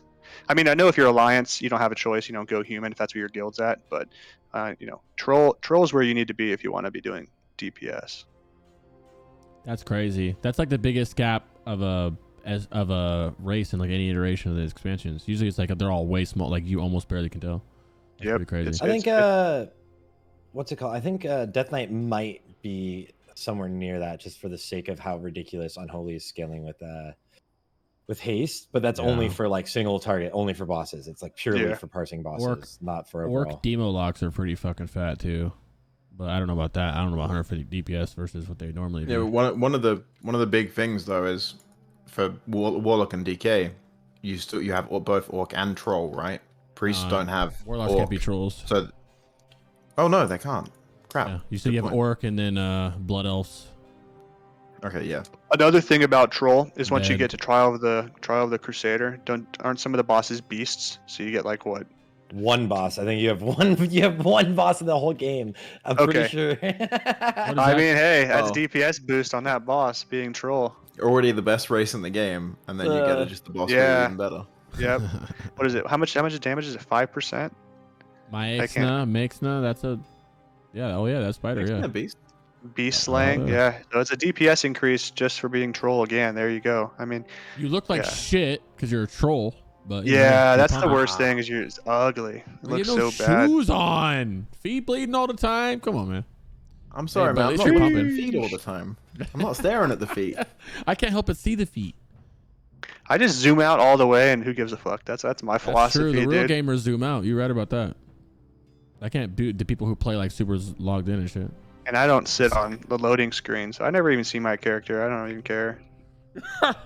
Yeah, I'm just stuck in queue, so I don't even know what a character looks like. Yeah.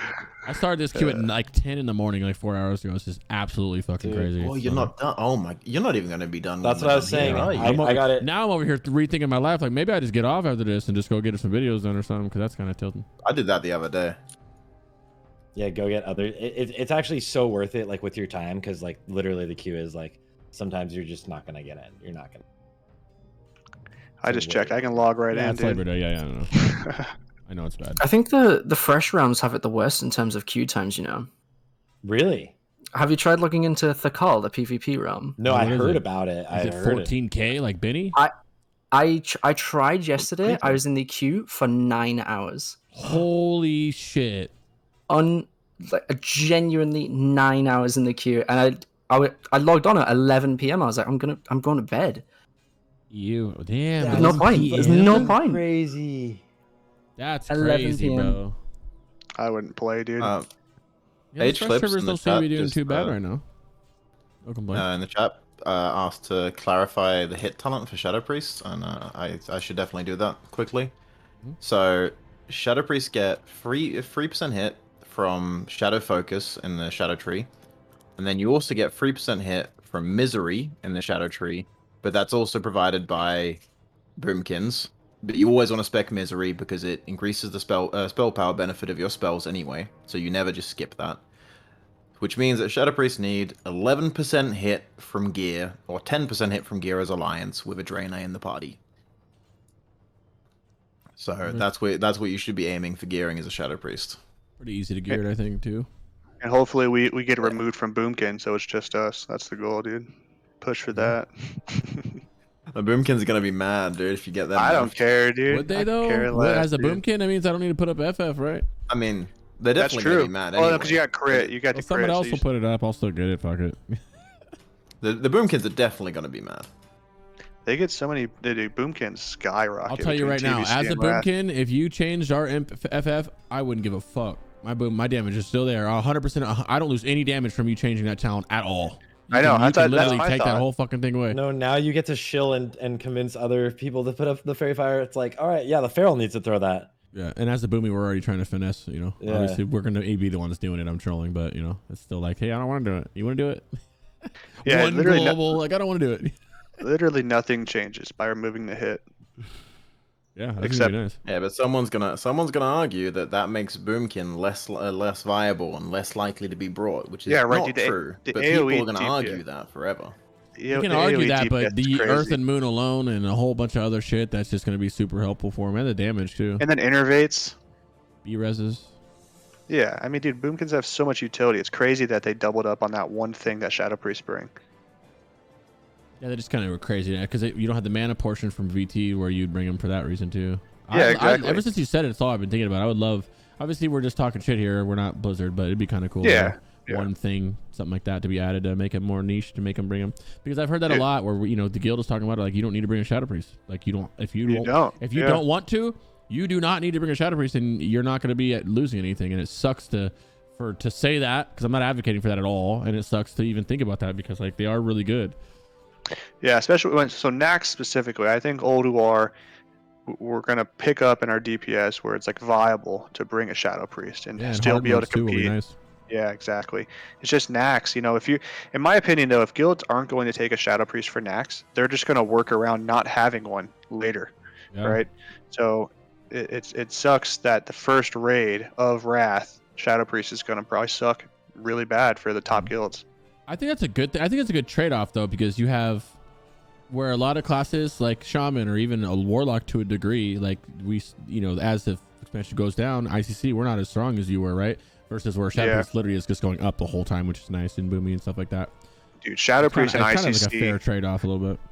Yeah, Shadow and ICC looks crazy. I mean, it's not Firelock or Rogue, or what is it, Warrior Fury. 2? Yeah, Fury. Yeah, but Shadow Priest, I mean, between Phase 1 and the BIS ICC, we gain almost 11,000 DPS, which is just absurd. It's pretty crazy. Firelock? Oh yeah, Fire Mage. You meant to say? Oh yeah, sorry. Fire Mage. Yeah, not Firelock.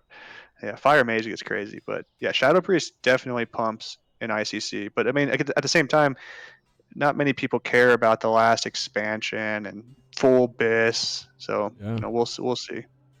Yeah, man, I don't know what I was saying. Or last raid, sorry.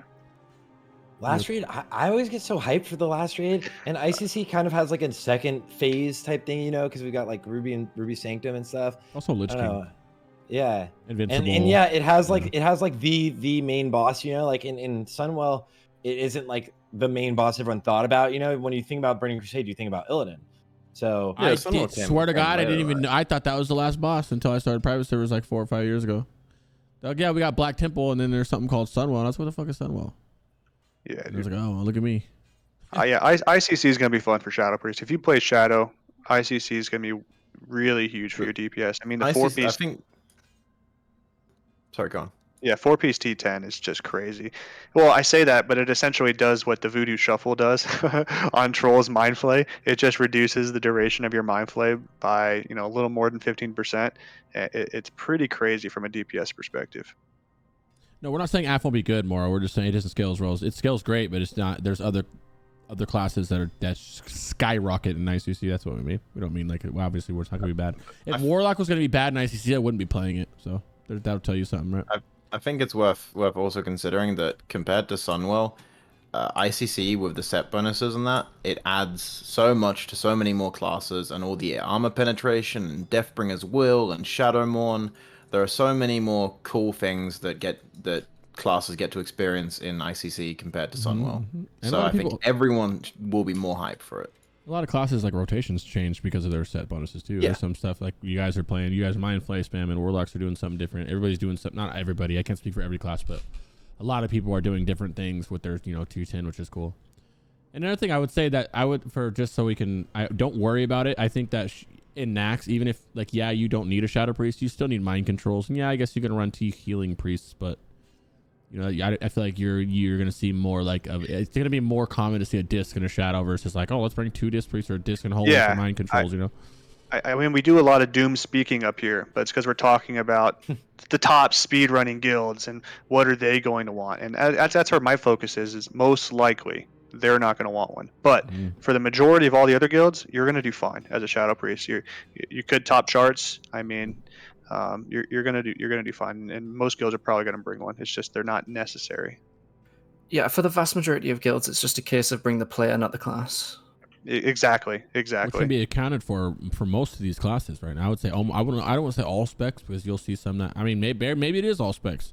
I always doom the Warriors, but maybe I should shut the fuck up about it because maybe even them it's all player over class, Yeah, I mean, well, worst case, even in the top guilds, what Shadow Priest is going to be worst case 10% or roughly behind the highest class. It's not for a really well played Shadow Priest. You shouldn't be down that low, even in the top guilds. But 10% could be a big deal for speedrunning guilds, right? So that's kind of where the issues occur. I think a big thing is you see Shadow Priest on the meters now. You see them. They're more. It's not like TBC where it's like, oh, we have a Shadow Priest. Just because you know you're getting mana back, you actually see it. You see the damage they're doing. You'll see them on the meters. You see the AOE packs. You see the Mind Seer. So you kind of, I guess you feel a Shadow Priest for, more. The mage and healers. Yeah. You feel a Shadow Priest. You feel a Shadow Priest's DPS more than you did in TBC. More than just like, oh, I'm seeing my mana come back, which is nice, you know. Yeah. I mean, I'm going to be running Shadow in Wrath, so I'm pretty happy my guilds let me do that. So I'm not too worried. Yeah, I will too. I'm very excited. It might be my main second class. I'm hoping it's my Boomy, but I'm leaving it up to the raid leader. But I mean, I'm be fine if it's Shadow as well. If there's a way for Shadow to be viable in speedrunning, I'll find it and I'll run it. Nice. It's get rid of the hit. Some terrifying specs. That mind control. Oh, some terrifying theory crafting ideas. Like what? The miserable spec, I've called it. That's you're basically just a disc priest that sits in shadow form. So you would drop the disc priest and you can drop the boomkin because you retain the hit from misery, and now you're just a shadow priest doing shadow priest things like keeping up replenishment, etc., applying hit with your spells, doing a little bit of DPS, but also you can cast shields from within shadow form, so you can just do the entire job of a disc priest and do damage. So there is potential. That's actually pretty clutch. I'm not gonna lie, I kind of like it. To bring something else that does more damage, like the same reason you drop Shadow. Yeah, another lock or something. Yeah, another lock. Or Death Knight or a something Death Knight. else. Yeah, I was like, or another Death Knight. Those are like yep. I can't imagine dropping a Boomy. Boomies do so much damage in Nax, it's fucking crazy. Yeah, they do more damage in They do more damage than some of the Warlocks. Besides like a good overall demo lock, like Boomy's fucking in the right hands is like hard carrying. I know we're just speculating, but I can't imagine Boomy. I still think Boomies are slept on. Is that weird? Am I weird? No, Boomy's pumped, dude. I fucking still think they're slept on because there's so many Boomies out there and they're not, they're playing incorrectly or correctly, and they're just getting, I think they're still overtly slept on. I think Boomkins are going to probably peak though in Oldies, Nax and Oldawar. Yeah, and then they're going to fall off. I agree. I hope not, because I'll play one the whole time. But I agree with you. Yeah, that's why Shadow Priest. I'm almost more excited for Shadow Priest than anything else because it is one of the only casters that really just keep going scaling up more. While the other casters literally don't. They don't do it as well. Yeah, you wouldn't have wanted to see the lock Discord yesterday. I was posting screenshots of damage logs from OG Nax, Oldawar, and TOGC and ICC and Shadow Priest right at the top a lot of the time. So I'm pretty excited. I always look at those little weird because it's so long ago and people aren't playing right. I hear you. But yeah, that's nice to see. Still pumping, dude. My eyes were opened on, it was like Oldawar and there was a Shadow, my first time seeing a good Shadow Priest, and I was like, yo, Shadow's good? He's like, yeah, it's pretty good. I was like, wow, I didn't even know that. Months of playing servers, I never seen a good Shadow Priest, and I finally found that one that was like, oh, not even that geared, wasn't buying nuts from the shop, he was just straight pump playing a Shadow Priest correctly, and I was like, this is Shadow. Okay, this is nice. So it's gonna be interesting to see all those. It'll be fun too. It sounds like just the same as TBC. Yeah. I talk about the stackability of a class. I don't. And would you bring two Shadow Priests? You wouldn't. There's the very rare weird situation if for some reason you need to bring one extra healer for one particular fight, and all you've got is an extra priest. And they dual spec between healing and shadow. That's the only time I could ever see bringing two. Or if you're homies and you're a shit guild, then you can bring two. Oh yeah, if you're just bringing players, if you're just bringing you're playing with your friends, you're doing whatever, bring however many you want. If you're just bringing them for damage, right? Yeah, you're gonna clear content either way. I mean, Nax is gonna be a joke, but top guilds bring one, potentially, most likely none. There you go. Next one is leveling and then gold farming and then pre-patch. So, do you have a leveling? I guess. Yeah, I don't think there's a difference. There's a leveling guide on WoWhead. Yeah, I don't think there's a difference in talents from dungeon cleaving and open worlding, but. No, there's not much of a difference. A lot of it kind of might change when you want meditation, but not really. So leveling 1 to 80 best talent builds right here. So I have personally, you guys can touch on it as well. I have personally leveled a full 70 to 80 on the beta in open world. They're not dungeon cleave for, obviously, to touch on dungeon cleaving. I would suggest not dungeon cleaving because you don't get mines through until 75, I think. I personally will be dungeon cleaving on my priest at some point, and I'm going to be disciplined until I get mines here, then maybe switch, but I might stay disciplined the whole time. Also, yeah, just miserable until mines here. Absolutely. You're not, everything's dying so fast. Kind of a weird recommendation, but if you're leveling 2 characters to 80 and one of them is a priest, level the priest second and level the priest in the open world, because they are one of the best open world questers in the game. And if you're trying to quest in the open world on release, you're not going to get to experience that. You can't chain pull mobs when there are 50 million players around you. That's where they shine, and you can't do that on release. So do it for a second character when things calm down a bit, and you'll get to experience the best Shadow has to offer. Yep. And I would say also, let me put a time on this so I know how to do it. 3, 13. I leveled from 70 to 80 in the open world. Wasn't that full because it was beta, but it was absolutely no. I did it right at the level of Affliction Lock. I felt the difference obviously because I mean I think I sat down and drank like twice the whole time. Like literally the entire time. There was no mana issues at all with dispersion on such a short cooldown.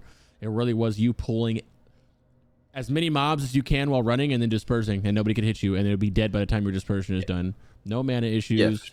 Yeah, I didn't have any issues at all. And then a big thing that people sleep on in terms of mob tagging is debuffs were changed. There's a slight change of debuffs from now on.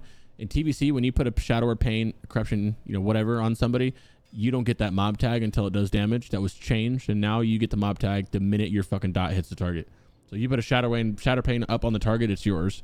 Versus you having to wait. It's crazy how that change is so helpful, dude. It's crazy. It's insane. Yeah. Usually you would go, oh, here's my pain, and a hunter sniped it that long, that 30 seconds, whatever. A hunter sniped it, a fucking frost lance, whatever it's called, ice lance. Now it's like as soon as it touches, it's mine. So now you can literally just be like, oh, I got this one. You have mouse over. You have this one. This is all mine now. This is all mine, and it works. And it's so crazy. It makes you the best tagger. Warlocks, Affliction, anything with a dot. Affliction, Warlocks, Boomies, and Shadow Priests are the #1. Boomies were already so good, dude. Yeah, they're #1 open world questers. Are those 3 casters, even over everything, over the melees, because they can do. It's instant. It's yours, and it's so irritating. It's not irritating for me, but it's irritating for everybody else because you see someone running there, you're like, nah, that's mine. And you'll see people like, I've seen it happen a lot too. They'll go tag it out there. They still go hit it because like, oh yeah, but it didn't do damage right away. I'm like, nah, bro, it's mine. Like that's literally mine. And that makes you, and especially in like a busy server open world scenario, mouse it over. As soon as you see him, you just fucking hit that. That's yours. You don't have to worry about anything. And the best part of it, even over a Warlock, was you do some crazy shit. Say you're being real fucking greedy. And you're like, oh well, shit, 5 spawn, and you mind sear, snap them all, or you do whatever to snap them all. You can just dispersion, bro. And they won't kill you. Dispersion, shield down the whole time. Yep, heal yourself up. Yep. Yeah, it's pretty great. Cast renew, shield, then dispersion. Pretty crazy. Kind of really strong. Yeah, it's really good for open world. Lead you to having really good gold farming potentials? To be honest, yeah. Go for a patch. So the main things, like if I'm what I'd consider gold farming as a Shadow Priest in Wrath would be like Wintergrasp elementals and that kind of thing. But the issue with them is they're pretty spread out, and you don't have a lot of mobility, and that's where you get hit. That's your main stopping point for them. So like where other classes, even just like a warrior, you're charging mob to mob, constantly moving. But as a Shadow Priest, you still have to run that, and you can't chain the same way. You can't pull 10 mobs at the same time and disperse while they die to dots because they're so spread apart. Yeah, that makes sense. Are there any? Yeah, I found a good gold farm. I was like, are there any really good gold farms for Shadow Priest? Yeah, I feel like gold farming like meta hasn't been like figured out or something. I feel like we don't see. Besides, like you see some people like, yeah, I have the best gold farming guide in the world, and it's like the shit you find online. But actual solid like gold farming, I really don't. I'm not familiar enough. I don't know if there is. I'm not Rogue has the best one, I think. Yeah, but grab yourself a Fell Striker. I would say Shadow Priest. Mob tagging, like you can not mob tagging, but like mob grinding. I did a mob grinding session as a Shadow Priest, got like 550k per hour, SP per hour grinding it, and it dropped some good stuff. So I mean, you had the option of doing some mob grinding gold farms. I don't know how good they were in terms of gold per hour, but you as a Shadow Priest you can mob grind. I'm talking you endlessly. It was like 30 minutes straight of nonstop pulling mobs before me, new Shadow Priest ran out of mana. So put that in the right hands, and they'll probably go even longer than 30-45 minutes. You know. Yeah. Yeah. Agreed. There's a lot of like hyper spawn locations in Wrath, significantly more than any other expansion that I know of so far. I mean, there's just locations where like by the time you kill the mobs, no matter how fast you kill them, like 6 respawn at the same time. You're just like, what? It's kind of sick. You want to talk about this for a second, Bigtit, when you're done? It's just more of what we were touching on before with that stupid spec. It's what we were explaining like much earlier on with Sunwell speedrunning, how you would run a boomkin who would occasionally off heal and mostly just do damage. This spec is a similar thing where you do drop some single target damage. However, your heals are there to back it up because you go decently far enough into the disc tree to get mostly everything that you need, avoiding a few of the throughput talents just to maintain some DPS. But this spec is basically what you'd be running in that case. You're not dropping too much damage either. Yeah. Mind Blast, Dispersion, which technically you really don't. Yeah, I mean, outside of mana, you really need Dispersion too at the same time. So yeah, it's Twisted Faith is the main thing you're losing, the scaling from Spirit, but you get the disc scaling instead. You drop 1 for the alternative. Yeah, I like it. I'd be curious to see what like sim wise, like percentage wise, what the difference is in your DPS between those two specs. I think in Phase 1 BIS, I think it's 15% lower. Oh, so that's actually, I mean, large enough. But I mean, you're not bringing the disc priest, so that's you bring an entire additional DPS as a result. Yeah. So obviously that 15% trade-off for, let's say, an extra warlock is huge. Yeah. Yeah, it's pretty much a no-brainer. However, we'll have to see how it fares because this is all just theory crafting at the moment. Mm-hmm. That's the best part of the game, dude. Theory crafting. Playing sucks. I'm just kidding. Okay, Dad. All right, and then I think the last one would be about Prepatch. I personally have a Prepatch Shadow Priest guide that these gentlemen helped me with pretty much the whole time, and that'll be posted tonight. Other than that, I'm going to bring up your Prepatch talent build. Yeah, Shadow Priest. Have you guys rated Prepatch already? I assume you guys have. Oh yeah. Yep. Talk about it. How help out with whoever. Prepatch is just great for Shadow Priest. Enjoy it. You're like so many people are just posting. Oh, I'm so happy! I finally topped the DPS meters, and they've like absolutely obliterated the overall damage in their raid. Even you guys are doing great then. Prepatch, you like it? Yeah, I'm pumping, dude. It feels good. A lot of people I know are pumping. Every other day there's someone posting, 6K DPS, 5K DPS. And people are doing a lot of DPS right now as Shadow. That's dope. That's good to hear. Yeah. The only negative, of course, is that you don't have Mindseer. So AoE kind of sucks, kind of boring. You can do Holy Nova spec if you want. Yeah, I was gonna say, do you have Glyph of Holy Nova at this, or is it out? Yeah. That's so you don't have Glyph of Shadow though. The one of our only good glyphs. Yeah, Glyph of Shadow is like 500 DPS, like I was saying earlier. It sucks we don't have that. Yeah. 500 DPS. So I guess I'll caveat the discussion on Prepatch with one cool thing about Prepatch, which it shows is how well Shadow Priests are going to scale into the expansion of Wrath. And the reason for that is haste at level 70. The conversion between haste rating and haste percent is much lower, right? So you have a higher haste percent in Prepatch than you're actually going to have in Nax. So that's why Shadow Priests are, completely pumping right now, is because they scale so well with haste and crit rating. And then once you get to Nax, the haste rating normalizing factor doubles, so your actual haste percentage drops even though you have higher number in your rating. So you'll see that the DPS of Shadow Priest goes back down, and then as you go through the expansion, that haste percentage is going to go back up to like the 40-50% levels, and that's when Shadow Priests just start topping charts again. Anyway, I love it. Nerdy shit, dude. I love that shit, dude. I wish I had one already ready to go. Like yeah, right. It seems like it'd be really fun to be rocking right now. Shadow, and like also the same vein, like Ret right now is just like looks like it'd be so fun, and like going into like 10 mans, you're just seeing him just destroy everything before you can DPS, or like Boomkin single target right now is crazy. Yeah, Boomkin's looking pretty good too. Yeah. Yeah. I was topping 10 mans on my fresh dinged demo lock. It was fantastic. There we go. Just all of the classes feel so fun right now. What a golden time. This is like, I love pre-patch. I get so excited for pre-patch always. I can't so wait much to do. for Wednesday when we just Yeah. don't get to play because everything's killed by zombies. Oh, Is that this Is that Wednesday Wednesday? that's launching? Is it this one? I think it is. Maybe I'm Oh wrong. my god. Yeah, Yeah, at that's least you got your leveling that's out of the way. That with the less lag, incentive. that with the lag is gonna be interesting. Oh no. Oh, I just gonna lag out on Gehenna and suddenly I've exploded and I'm a zombie. Yeah, Crazy. absolutely. Well, unless you guys have something else you want to add into this, we hit the agenda. Good. Yeah, I Prepatch log. posted, Ladies first. Thank you. Yeah, I posted a log from one of the experts in our guild His name or is in our Shadow. Discord. Fucking pog, bro. That's so dope. Yeah, Oh, He- he's yeah. he's really good. He's really good at PvP too. So when you have a PvP discussion, you should bring him in. Yeah, he's what is it? Gladiator every season so far in TBC? Yeah, he's legit. Yeah. But he also is really good at PvE, and you can see his log here. He's Damn, just look at that. Brutalis. yeah, he's completely Brutalis pumping. Look, 99s too. Arcane, Shadow. Look how close everything is at 99. That's good. Usually at you his see Shadow KJ. down here at 99. Like that. look at it. Look at his KJ. It's just fucking crazy. Because of the haste too, yeah. God damn.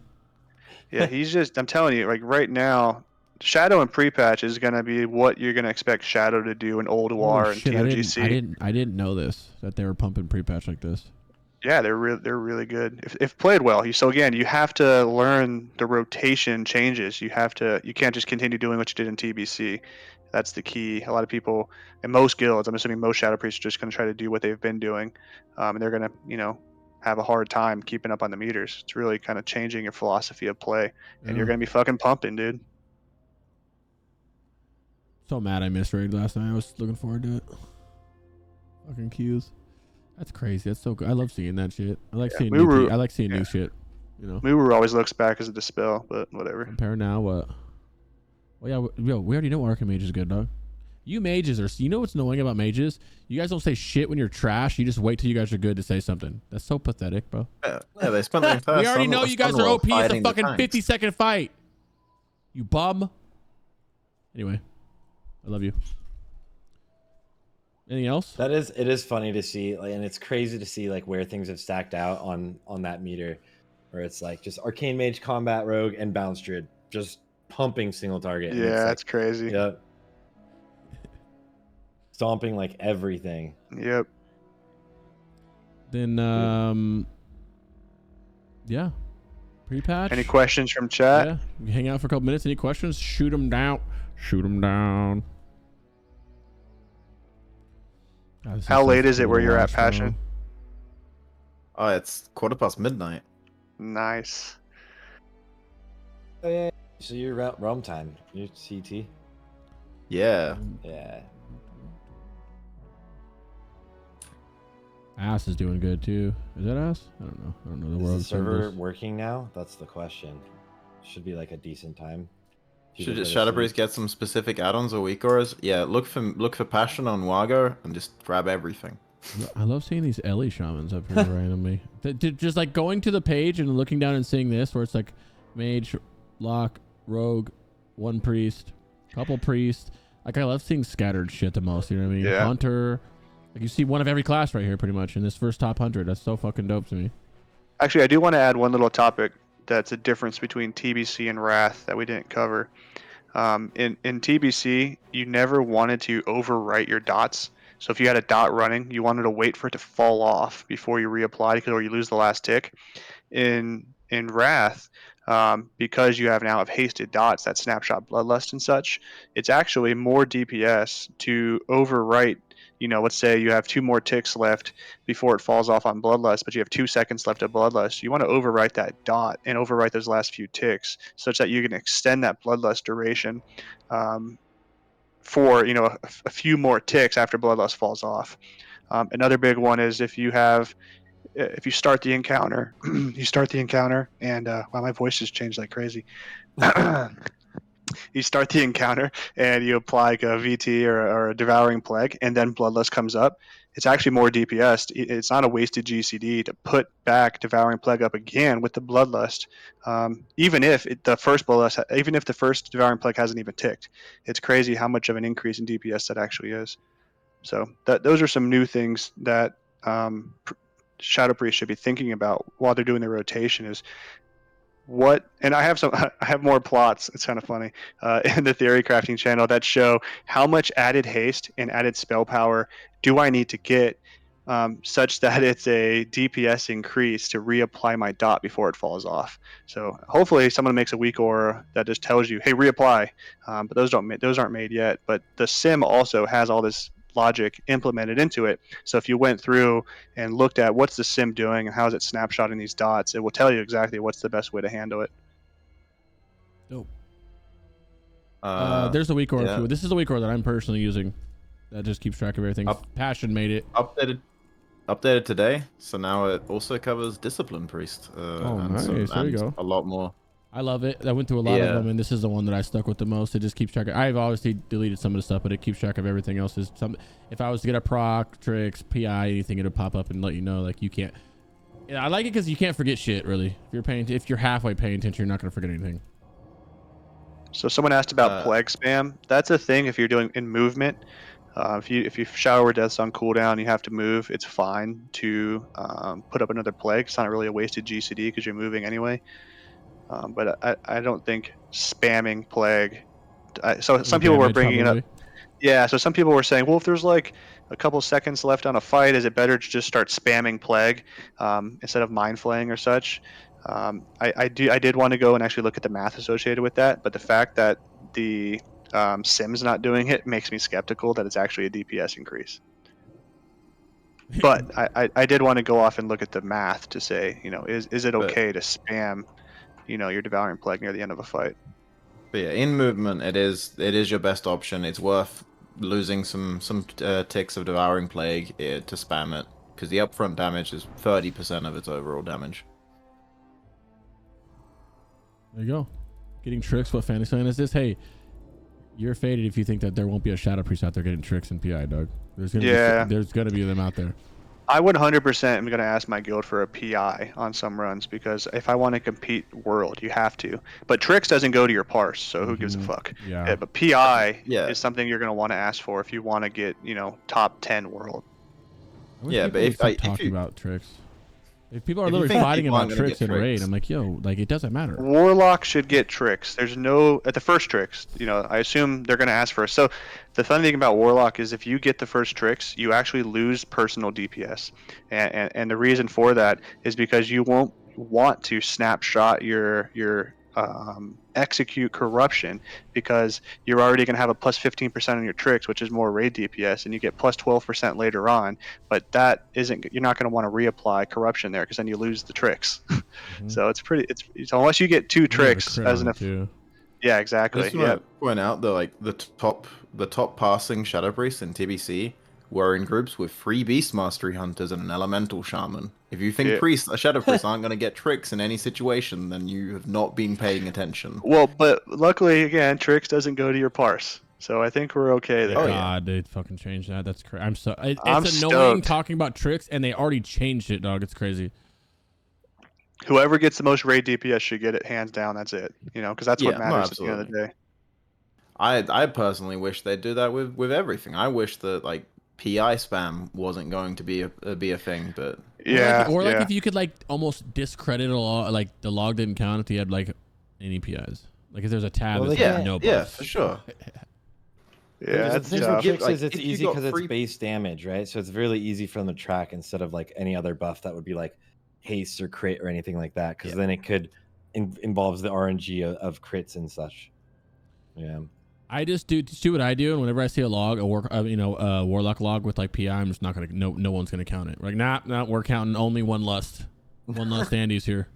If you got double anything, we're not counting it. That's all you gotta do. People got super discouraged by the end of TBC though, because to get a top Shadow Priest pass, to get a 100 pass, you had to get so many buffs to keep up.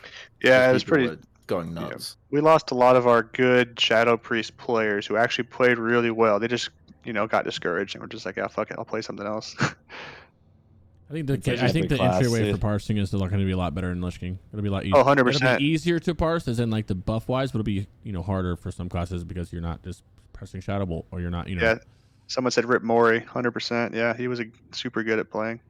Yeah. Well, any closing thoughts, my friends? That was a good episode, a little 3.5 hour banger right there. Yeah, that was fun. 3.5 Shadow, yeah. A class with 1 DPS spec. We've done it. We did it. I mean, biggest thing, and probably already mentioned, is the Shadow Priest Discord. Come to it. Link We it like right to, there. we like numbers. The Sim's To awesome. clarify, this is not the Priest Discord, which you can join as well. I'll link that. But this is specifically a Shadow Priest Discord. It's only for Shadow Priest. I mean, anybody's I welcome, think but it's it's- not. Yeah. So it's worth mentioning that all the information that ends up on the Priest Discord starts on the Shadow Priest Discord. Basically, all the actual theory crafting happens on the Shadow Priest Discord. All Linelo's plots and graphs and all that, Shadow Priest Discord. And then, are you guys able to do some streaming or something? You got some good cameras set up. You know what I mean? You want to link to Twitch and let me know about it? I'll You be can link it or you I'll can be toss it streaming in. I'll be streaming in RAF. I'll be trying to stream as much as I can, at least every raid and my leveling, and I'll be playing Shadow Priest at least once a week. And other than that, I write for WoWhead and I write for Warcraft Tavern. You can find me on both websites at Passion Gets Carried and on Twitch. I got you. I man. don't stream. You can find me talking shit on the Lock Discord. That's probably where I'll be. Oh, I see you there, bud. That being said, when's I'll our be lock, coming- our lock sim's gonna be done, bud? Dude, not here. Yeah, not here. What's up, Big Top? How you doing, man? How you doing, my friend? Yeah, I'll definitely be streaming when I get back to the game. As I mentioned earlier, I'm taking like a short break, but I'll be coming back to streaming. I'll be coming back to speedrunning. And until then, if you want to reminisce all my speedrunning VODs and stuff, the rank 15 world we got, that's all on my YouTube on Bigtitgothgf. I want that Bigtit guide. That's what I want. I might be coming. We'll see. Might be happening. You got to do it, because if you do, I have to. I don't want to really. I'd rather you guys do it. But You play Shadow Priest bad. I love that. It's awesome. I want you guys to do that. Yeah. I don't want to do it. The working title is "You Still Play Shadow Priest Bad." That's hilarious. That title tree like made so many people so Can you link mad. your YouTube? I can't find your YouTube. Oh, What it's is great. it? It's just Bigtitgothgf if you search it up. You That's can't so do funny. that. You can't get do so that. many. You probably get so many people that like are not looking for World of Warcraft content. This isn't a Bigtit goth. Yeah, I did They're it. like, wait a fucking second. Did I Google this right? Yeah, hilarious. Crix, just put that in your browser. Do it. Right? Big. Oh, yeah, right. Big Tit Goth. Wonder what will come up. I already know it's going to come up. Yeah, It autofills itself. I mean, what? Well, That's so right. funny. It's like search it again. Oh no. Hey. Wrong. Passion, Big Tit, Linelo, thank you guys so much for coming, bro. I really appreciate you guys. I can't wait for Yeah, phase that was one. Yes. For each of these class It was specs, very we're going fun. to do a phase one like update and shit like that. Would be kind of cool. Yeah, it was good shit. Thanks, guys. Sarthe, Yeah, you buddy, guys I do love all you, man. well. You have anything to say before we go? No, love you guys. That was a epic episode. I like I mentioned in the Discord chat. I was like, I know nothing at all about Shadow Priest, so it was really cool to fucking learn. So thank you Yeah, I guys hope for you being feel- here. Appreciate it. I hope you feel ready to play Shadow Priest effectively now. That's the goal, isn't it? I hope And you maybe feel now ready I'll to top not the have meters, one. so now I'm going to top the meters for sure. Yeah, Yeah, nice. my 17th alt will be Shadow. I'll make it now. Sarthe, you going live right now? I don't think so. I think I'm gonna make videos also. Okay. Sound good. Thanks, dudes. So, love Y'all you guys. later. I'll see you everybody tomorrow. Yes, we'll post this tomorrow morning at 8 in the morning, by the way. Boom. Yep. Sounds good. See you guys Thanks. later. Love you guys. Pleasure. Peace.